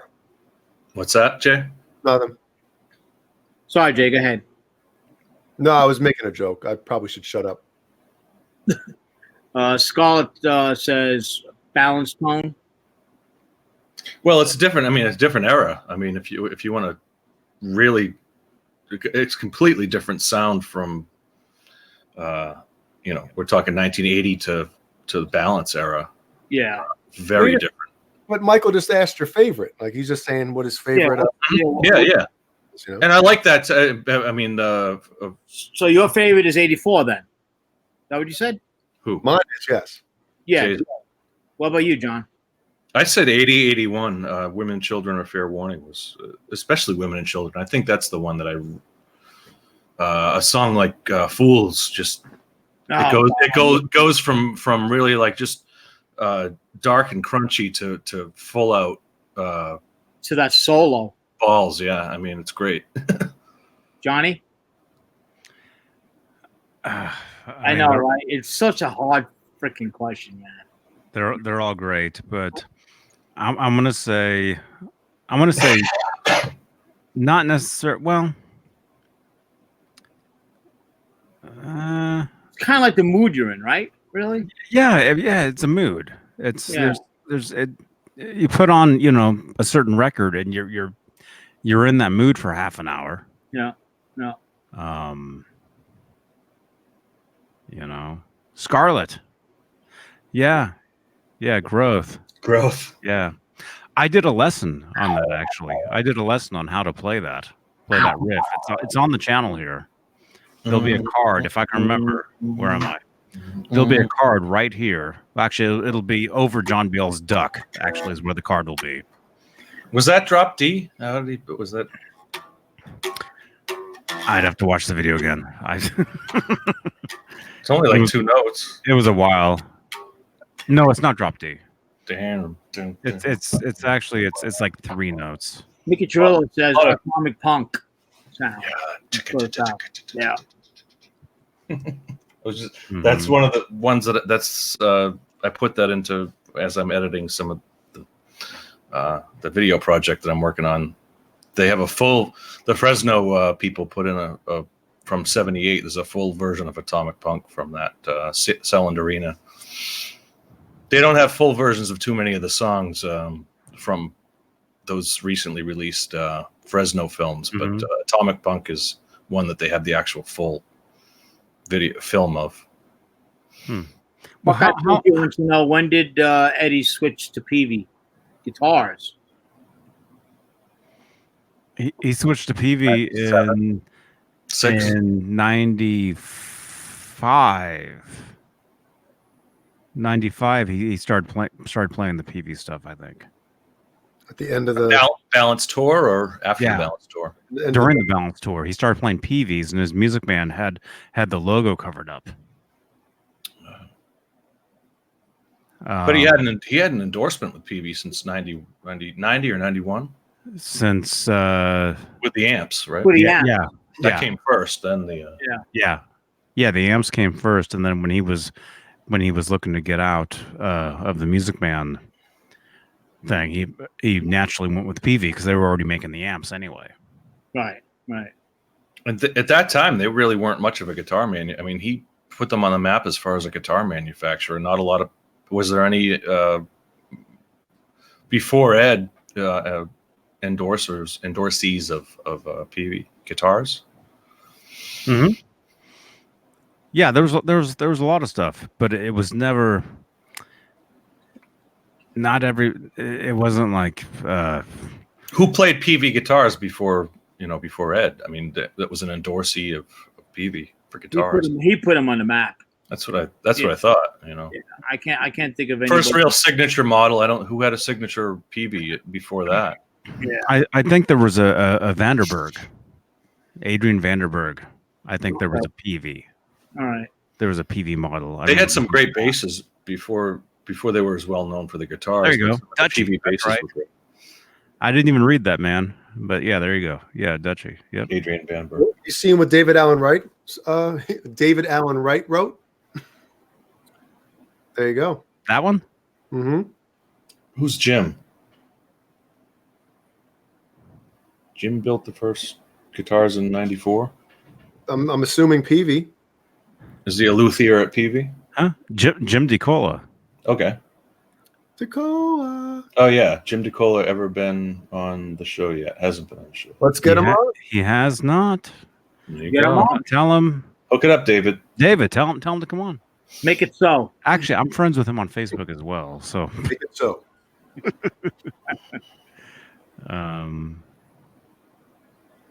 Yeah. Yeah, with PV, yeah, it was never. They were more known for their amplification, for their like PA stuff, and then the amplifiers, and then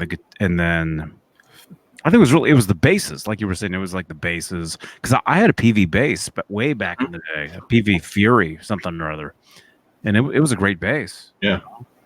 And I really liked their. What are the ones like? They're not really smaller, but they're kind of weird. Like the bodies are like long. The T something or others. PV something T. I mean, they're kind of weird looking guitars, but I liked T40, T60. Yeah. Those. Yeah. I thought those were cool. I mean, I would bet probably the four of us, as well as everybody in the chat, has owned a PV amp at some point in their. My first amplifier. I've gone through. That's all. God knows how many PVs I've had. Yeah, that was my first amplifier. My father told me PV Studio Pro. And they were the first, one of the not certainly not the first company, but they really went on the solid state bandwagon where a lot of their stuff. And in the early '90s, nobody wanted solid states, but they were great amps regardless. I mean, who cares if they were solid state or not? But yeah, I had a PV, like a practice amp. It was a Bandit, I want to say. Yeah, the Bandit was their. Yeah, I had a yeah. Sounded super like unique. Like I never had an amp that sounded like that. I was like, this thing sounds cool as shit. Yeah. Yep. And I have the 6505 over there, which is basically the 5150. I had one of their tube. It was like a VTS, I think. Was that the name of their VTS 160 or one something? And then I had a 4x12 PB cab. Yeah. VTS, like a VTM, you mean 120? VTM, that's what it was. VTM 120, VT something. Yeah. They got 120. I didn't know what I had at the time. I think I got it for like $150, and it was like a 120 watt tube head. The only reason I didn't like it is because it didn't have reverb on it. And I mean, at the time I just needed a head for my 4x12. Does anybody have a PV amp now? And you guys? Mm-hmm. What do you got? Well, I got the 6505 head. Mm-hmm. Johnny's got the 5150. I have a 5150. Yeah, I played through it. Was that yesterday? Yeah. Yesterday afternoon, I played through it. I got the Triple X. Ooh. Ooh. You been playing in front of you? That's a heavy freaking amp, man. That's got a lot of distortion on it, man. The original Triple X.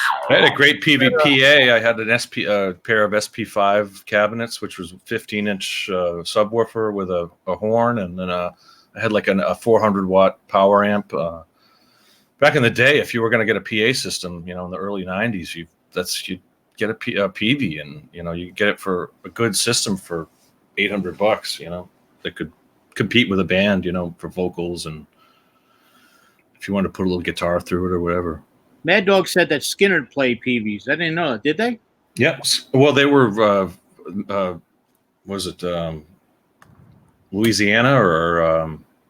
Oh yeah, they're from Tennessee. the South. They were from that area. Yeah, Mississippi.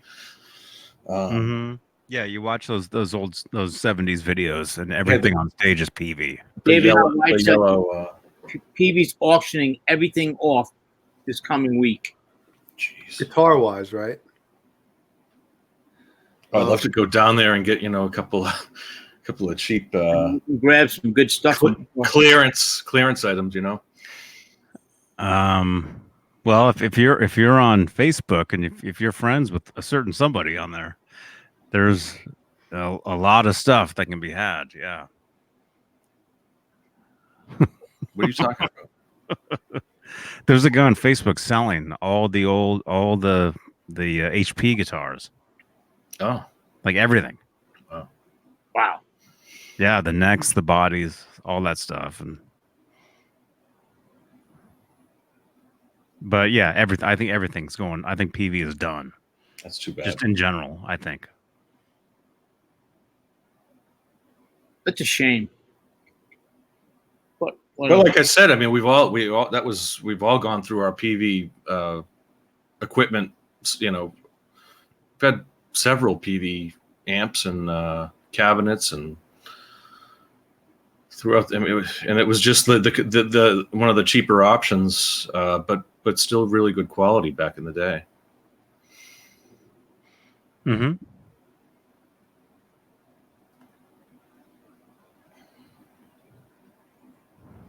Yeah, I'm looking right now. It says 4 days ago, PV's laying off multiple employees. Sounds like they're really going under. It's too bad. You got a company like that, that had, you'll have your ups and downs, but to fold, man, it's sad. I mean, they've been around when did they start? For a while, man. No, late 60s, mid 60s, probably. Well, there's a good whole. Well, that amp the Jay has, that's called the 6505. The 65, doesn't the 65 I never even mean they started in 65? Because I think that amp came out in 05. 65, you're right. Founded in 65. Yep. It came out in 05. They They built their first amplifier in 1957. partly PV.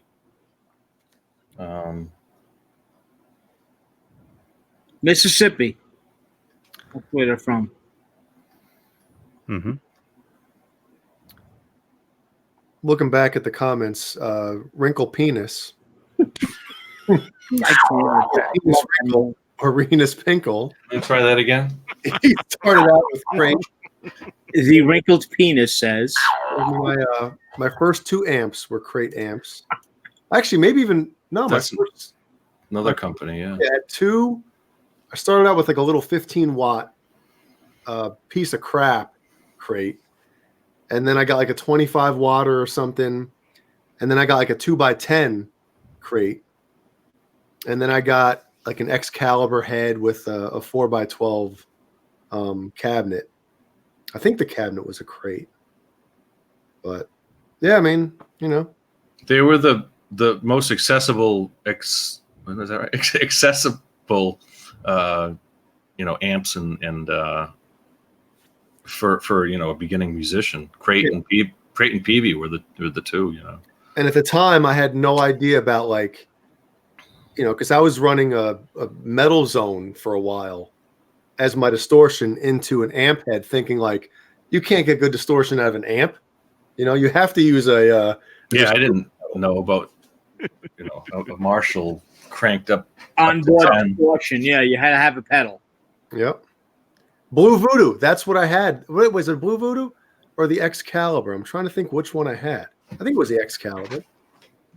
The Blue Voodoo was more like a bluesy, right? Yeah, that was a crate. Yeah, I remember those. Let me get my crate catalog here. But I do know that the music store that I used to buy all that stuff from, my local music store, they were a huge crate deal, and they used to push that shit onto us. This is 92. This is crate 1992 catalog. What was the amp your practice amp you had? The Blue Doo-Doo. How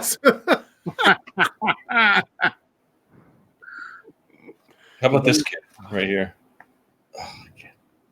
It's like he's doing something else but playing guitar. So there's their practice amps. Yeah.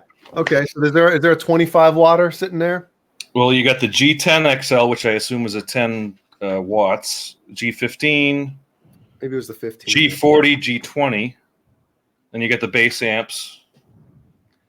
Then you got the they're all G. 2x10 cab in there with like felt. You gotta listen intently to that playback. Make sure I tracked everything correctly, right? He's wanking. Oh no, the cab I had was an Ampeg cab, not a crate cab. That's right. The G200C XL mini stack. Look at that. It's like probably the 10-inch 4x10s. With that. Dude, you see on the other page the combo amps right there? Yeah. Is there a 2x10? The one on the bottom left or the probably? I don't know which one's a 2x10. I think I had one of those, man. Probably around that same. Well, maybe the next year, 93, 94. I need help picking up the cabinet and load it in the van here. Get the roadies. All right, with your legs, bro, not your back. Use your legs. Use your legs. After a tough gig, you need help with lifting those amps. This is great. You got the jazz musicians who are playing through the crates. These are funny. I mean, because who were they appealing to back in the day? It was the 1992. It was the grunge people and the last of the hair band people. This is a fun. There you go. That's just great. It's so typical. Looks like Kirk Hammett, but not. Dude, James 1967 said we use the crate amp to keep the camper door open. Who's that? Anyone? It's a crate and door C. Look at that headstock. I don't know. Does it say who it is? I don't know who it is. No, what does the headstock say? I don't know. I can't read it. It's interesting Oh yeah, who is that? Well, he's got what does he wear? Does he have a glove on his left? Fingerless gloves on his left? Yeah. He should quit Get playing. any more 80s than that? His quote is great sound, great performance. Great glove. Was able to put together a whole rack using crate for less than the price of one preamp and power amp from Robin the other Machete? guys. That's horrible. Don't forget their keyboard series. There you go. Soda says Robin Machete. Keyboard series. Look at that. It's funny. Oh, tubes. Yeah. So how did the gig go for you? Did we sound all right? You know, what'd you think about that? You know, you're out of the band. You're out of the solo band. I took. You're out of the band. Get the hell out of here. You suck. Look, it's really hard for me to say this. I don't know quite how to say it, but you weren't. It didn't work out tonight. It didn't work out tonight. Yeah. I'm gonna get the fuck out of here. Yeah, where's your mullet? Yeah, you a mullet-less, so you're bandless. And then you get the whole. You got the mullet is the serious one. No band ever toured with a full back line of crate amps. A Like that. wall of crate. A wall of crates. Here's the full fold out. Here you go. No way. It's a cool catalog. Though. Wait. Who is that? Great White? It might be. No. It does look like it's. No, it's Crate White. Who were there in Dorsey's?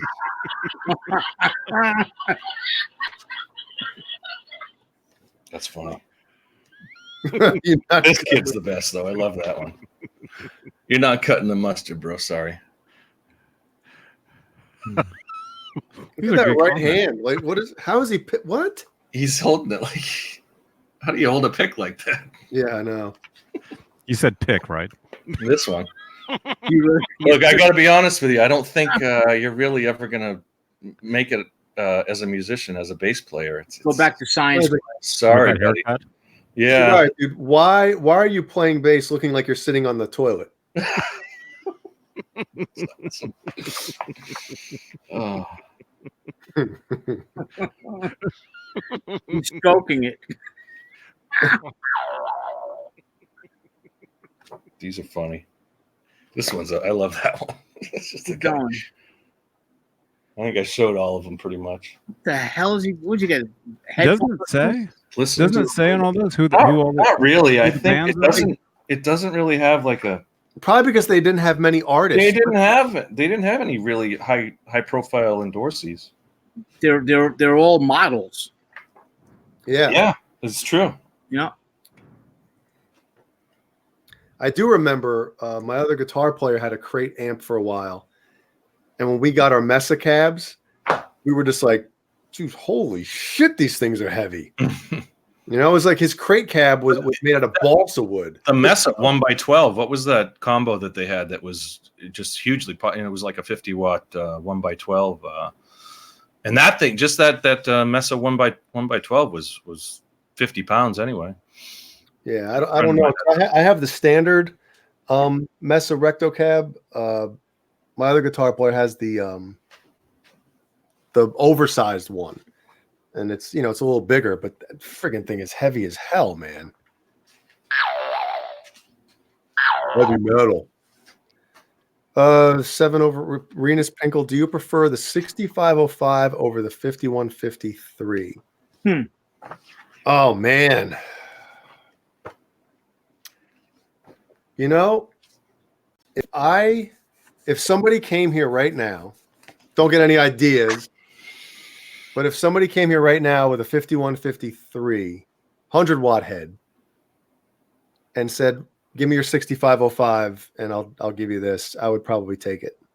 Really? Just because EL64s? No, it's got a good clean channel on it. The 6505, the clean channel sucks. Right. Mm-hmm.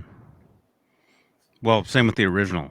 Yeah. The original 5150, the clean channel is not clean. Mm-hmm. Yeah, it's not. It's not. It's not. Yeah. No. Yeah. But I think the 6505/5150, it's got its sound.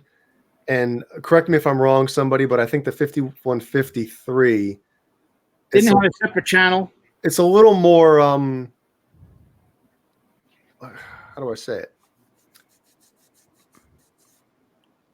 Get some different sounds if you want it. Or am I wrong?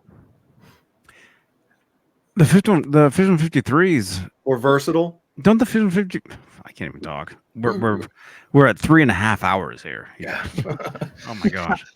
And it's late here, and I'm the. It's only 12:30 here. Shh. Quiet. Yeah, and I can't talk either. But the 5153s, you guys. Those were the shit. This is the ASMR version of the program now. Everybody, rub your nipples. God.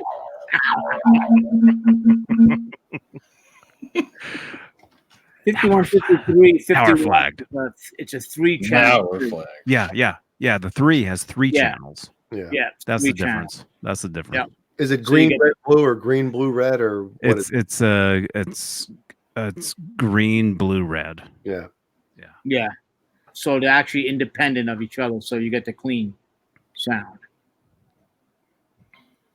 Well, there's the reason right there. David Allen Wright says they have a digital circuit for the clean channel to get it cleaned up.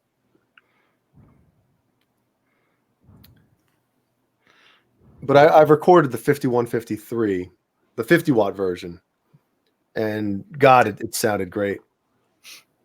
Really great. Oh, bye, Johnny. He's getting yelled at. Yeah. This is one of my favorite catalogs back in the day. This I wore this thing out, and it's just dreaming of Pages are all stuck together. drum sets and stuff. I mean, just look at the Dave Lombardo set.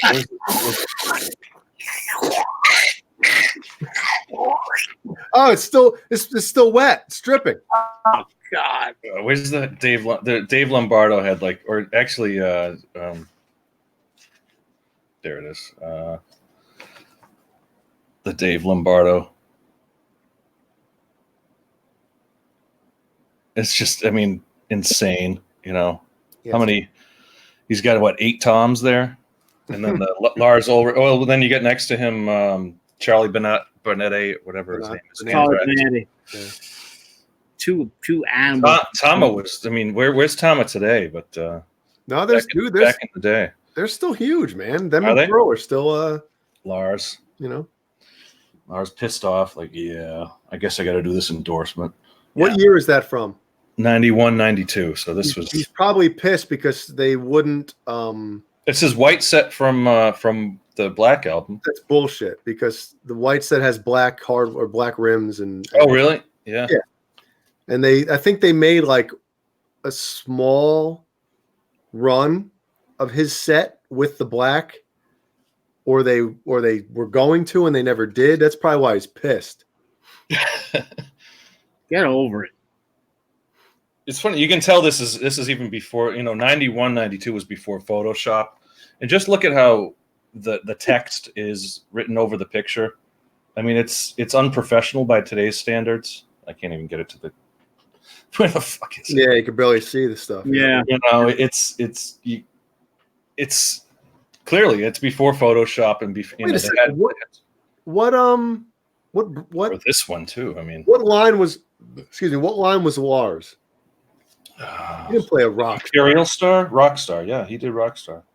No, that's wrong. Rockstar Pro 9-piece. He I'm sure he probably endorsed it, but yeah, I don't think that's what he played live. He was what the hell was Imperial Star? it? Yeah. The Imperial Star turned into I used to know this, man. Me too. Yeah, exactly. The chat is. They had the Grand Star. I had a Swing Star is what I had, which was one of the lower one. Rockstar. Yeah, Rockstar. This was before Imperial Star. The chat which was shit out of Lars right now. I'm a superstar or something. And yeah. hi, Johnny. Oh. Hi, Johnny. Oh. Right. Drum hour's over. drum 3 minutes is over. 1 minute's over. So, Johnny, you getting yelled at? No, I wasn't, but yeah, it is. One more catalog this 3.5 hours that I've shown several times is the Ibanez catalog from 93. I had that one. 93. That's Paul Gilbert right there. That is? Could Yeah, be. it is. And Larry's in here, and Thomas, Steve. Yeah, I've shown. Oh yeah, let's see these. Let's see these. Here's Jay's Mm-hmm. favorite page. And That's Dave, the boner page right there. Joe. Sticky pages, you got it. Reb. Man, this was their heyday right here, man. There's Alex, Johnny's buddy. Oh yeah. Hey man. Oh, and Jennifer Batten. Yes, I met her back in the day. Larry. Yes. Oh, there were. You guys. He was on the show last night. Can you guys believe that? This actual artist, Ibanez endorsee, Well, Grammy award-winning artist was on. And then we had this guy on a couple months ago or weeks ago. Yep. Tommy. Tommy. I don't know if you want to call him. It's all right. We're tight. We can. We actually texted today, me and Thomas. He's on vacation. Jay Hannon was not part of No, this catalog. However, I think 12 years after that one, or 11 years after that one, I was in there. Mm-hmm. here's I think this kid played with McLaughlin. Played bass with McLaughlin. Mm-hmm. Yeah. Yeah. Bad for Good. Yeah. So yeah. Good Johnny stuff. Bean. Oh, God. You know, some people are funny, man.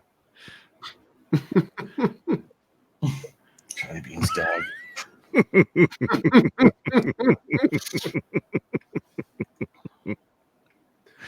Howie, you're Beer or my asleep. Are we wrapping up soon, or should I get another one? I think so. Well, I don't know. What Well, time is it here? Well, it's 3.5 hours. 3:30. I think we're good. Let's keep going. The serious face. We're still keep going. Let's keep going. We can try an experiment. I can shut the browser down and see if this stays on. Give it a shot. I mean, If you're not staying, I'm not staying. What do you mean shut the browser down? The browser for the video. 7, he's got 3 beers left, so we can't go. Brett McCord's got 4. Soda's got 1. I got about an inch left of my I can't fit down my throat. it's almost gone. That much Get rid of his 1-inch killer. Thumbnail. How small can you make it, right? Well, Superimpose a dildo between that. Oh my God. Jeez. At least I'm using something fake.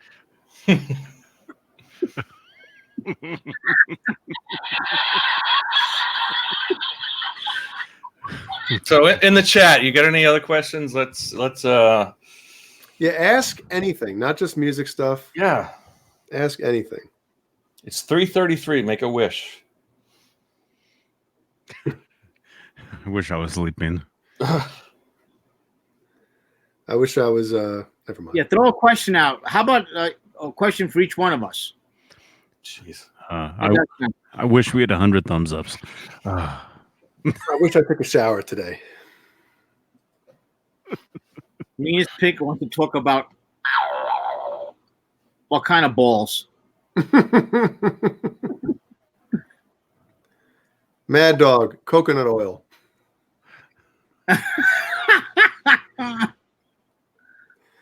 Astroglide. Boxers. Vaseline or Astroglide? 1967. Do you wear briefs or boxers? Boxer briefs. Boxers. Boxer. Neither. Johnny, a couple people have been asking to see your new Wolfgang. It's right there. That one. Too far away. Yeah. Soda goes Wolfgang commando. toaster oven. I did a video.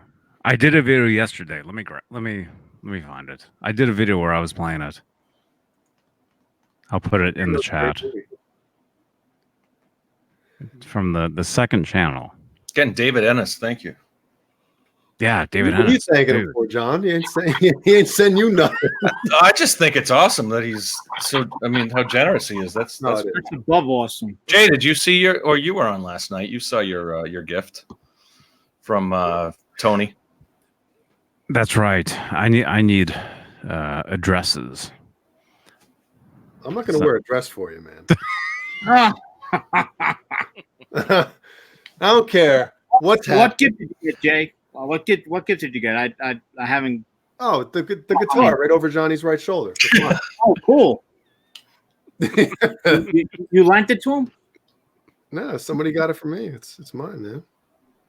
The Alabama Hot Pocket. What's that? Alabama Hot Pocket. Donkey Punch. Donkey Punch. Here we go. Here we go. It's starting right now. the Dirty Sanchez.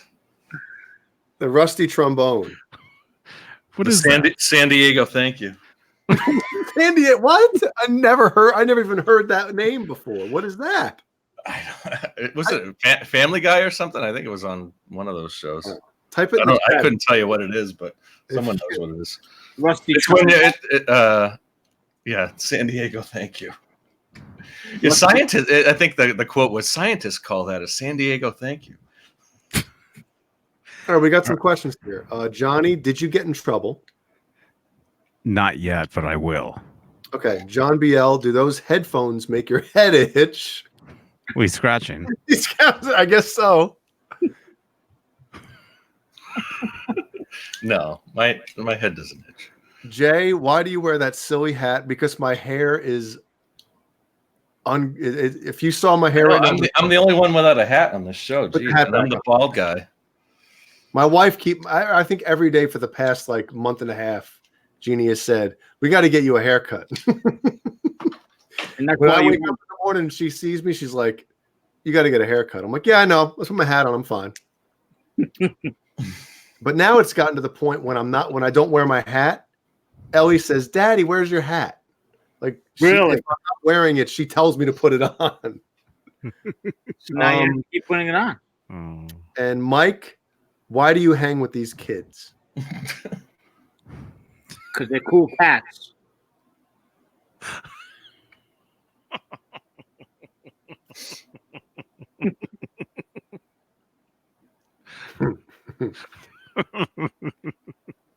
Johnny, what kind of beard dye do you use? I don't use any. Just for men, right? Just for Johnny. Just for Johnny. I was just going to say that, yeah. Just for Beane. Beane only. Tijuana backpack. What is that? It's a rusty penny. What is that? Some of them you can kind of like, Yeah. you can guess what it is, but some of them it's like, what? Mississippi Misty. Yeah. Mad Dog, we know what that is. Oh man. God. I don't know what that is. Wild Santiago. Wild Santiago. Keep going. Come on. Keep going, guys. Where in the world is Wild Santiago? She's with Mississippi Misty. Oh god. The Dirty Sanchez. Yep. We had in college. We had a friend who Look at Dutch. kind of like introduced us to the nut. I mean, we were having this same conversation, and he brought up the Dirty Sanchez, and for the rest of the next 2 years, his name was Sanchez. We just called him Sanchez. Chinese water goggles. I know what the Arabian goggles are. I know what those are. Pearl necklace. You know ZZ that. Top. ZZ Top. Roman shield. No, I thought it was a Roman war helmet. Oh my god. Polish bike ride. Use your imagination. What do you think? The Texas belt buckle. You guys know what that is, right? Sure. Rena's pink was going off. Had one last night. The dog pop. Dutch oven. The Dutch oven. That's a classic. Yeah. Submarine races at the gravel pit. New York flapjack. New York flapjack. Like a Kentucky bomb. The submarine races. I remember that's old school as well. Oh man. Oh shit. Yeah. Oh. Everybody in the chat room, man. Take a guess what they are. Bloody Sheila. Oh my god. Louisiana log jam. Oh, what is she? Sheila.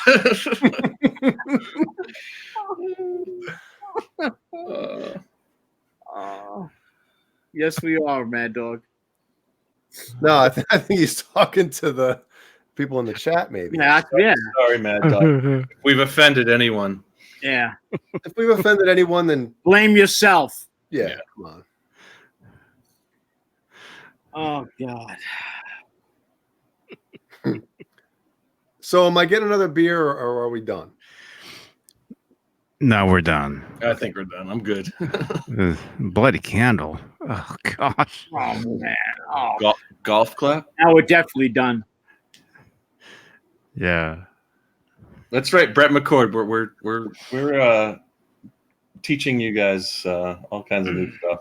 Now the dog paw said get another beer, Jen. I'll have to go live on my own. Milwaukee faucet. He's just making stuff up now. I am. And we're laughing. That's why it works. Well, it's been a fun night, guys. And thanks everyone in the chat. Who wants to do a roll call? I did the original roll call.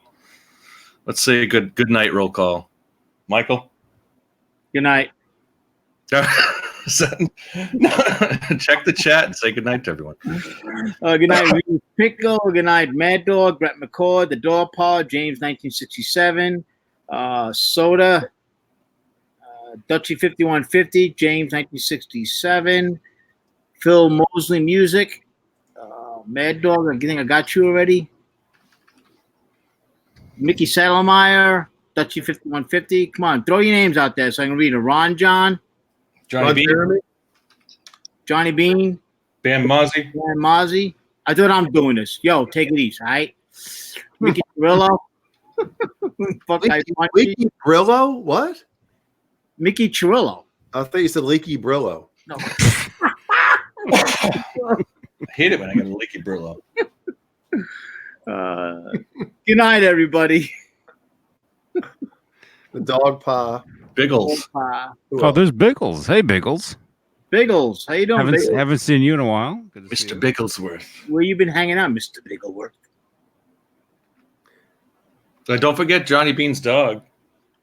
Woofer. That's right, Joey. Where's Johnny Bean's dog? Throw your name up there. We'll call you out.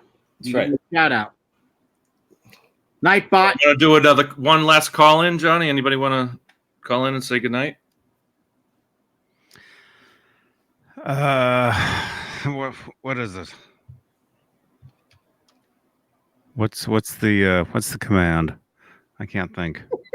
Tits McGee. That's not it, is it? Tits McGee. Nightbot. You got 1 minute. Call in if you want to get your somebody call in online on the show. On the hotline bling. Say goodnight to us. That'd be cool. Yeah. Okay. Yeah, somebody call in right now. Call in, we'll play it. A masturbation station. Oh my goodness. That's what's up next? Mm-hmm. Yeah, that's why he wants to leave so bad. No, we're done for the night. Oh God. Yeah, the new format's been it's not too bad. I think it'll work out for the time being anyway. It's not too bad. Thank you, StreamYard. Call in right now and you can talk to John BL. JR, good night. Howie, awesome. There's a phone number. Come on, there's 57 people watching. Pick your phone up. One of you guys or gals. Night balls. Yep, there it is. And join Jay and Johnny and Dave and John on Tuesday night for Masturbation Station. Thumbnail. For talking guitars on Tuesday night. 80s metal. Everybody's so shy in the chat room. You can make a phone call. Come on. Pick up the phone. Doesn't cost you anything. Call the dirty hotline. I guess not. Well, thank you everyone for tuning in. Well, the problem with this is once we end, my phone will be ringing. Oh yeah, exactly. Yep. Oh, there it is. Here it is. We got somebody. Who could it be is my question of the day. Venus Kinkle. To accept, press 1. To send a voicemail, press 2.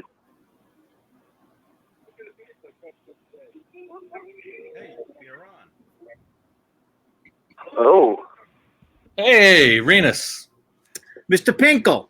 what's up? Who is this? It's Renus Pinkle. This is Mr. Venus Pinkle. Renus, where are you calling from? He can't hear you. Oh. He can't hear you. What's that? What's your question? You just told me to call. You didn't say call with a question. Oh, Okay. question. Come on, Renus. You're cracking us up in the chat room. Say something. We lost him. To accept, press 1. To send a voice. Hey, you're on the air. Hey, this is James, 1967. Lars is a cuck. Your show kicks ass, though. I love it, man. Masturbation rules. You have a good night. Have a good night. Thank you. Thanks, James. All right, there's our calls. Holy shit. Thanks for calling in. What happened with Renus Pinkle? Renus Pinkle. Call back again, Rini. I don't know. Reenie. Rini. Rini. I don't know. I'm gonna get All yelled right. at though. All right. That was funny. All right. Thanks, Johnny. And like I said, tune in Tuesday night. Tuesday for Talking Guitars. Is Mancuda back on Tuesday? Yes, he should be. Very good. Cool.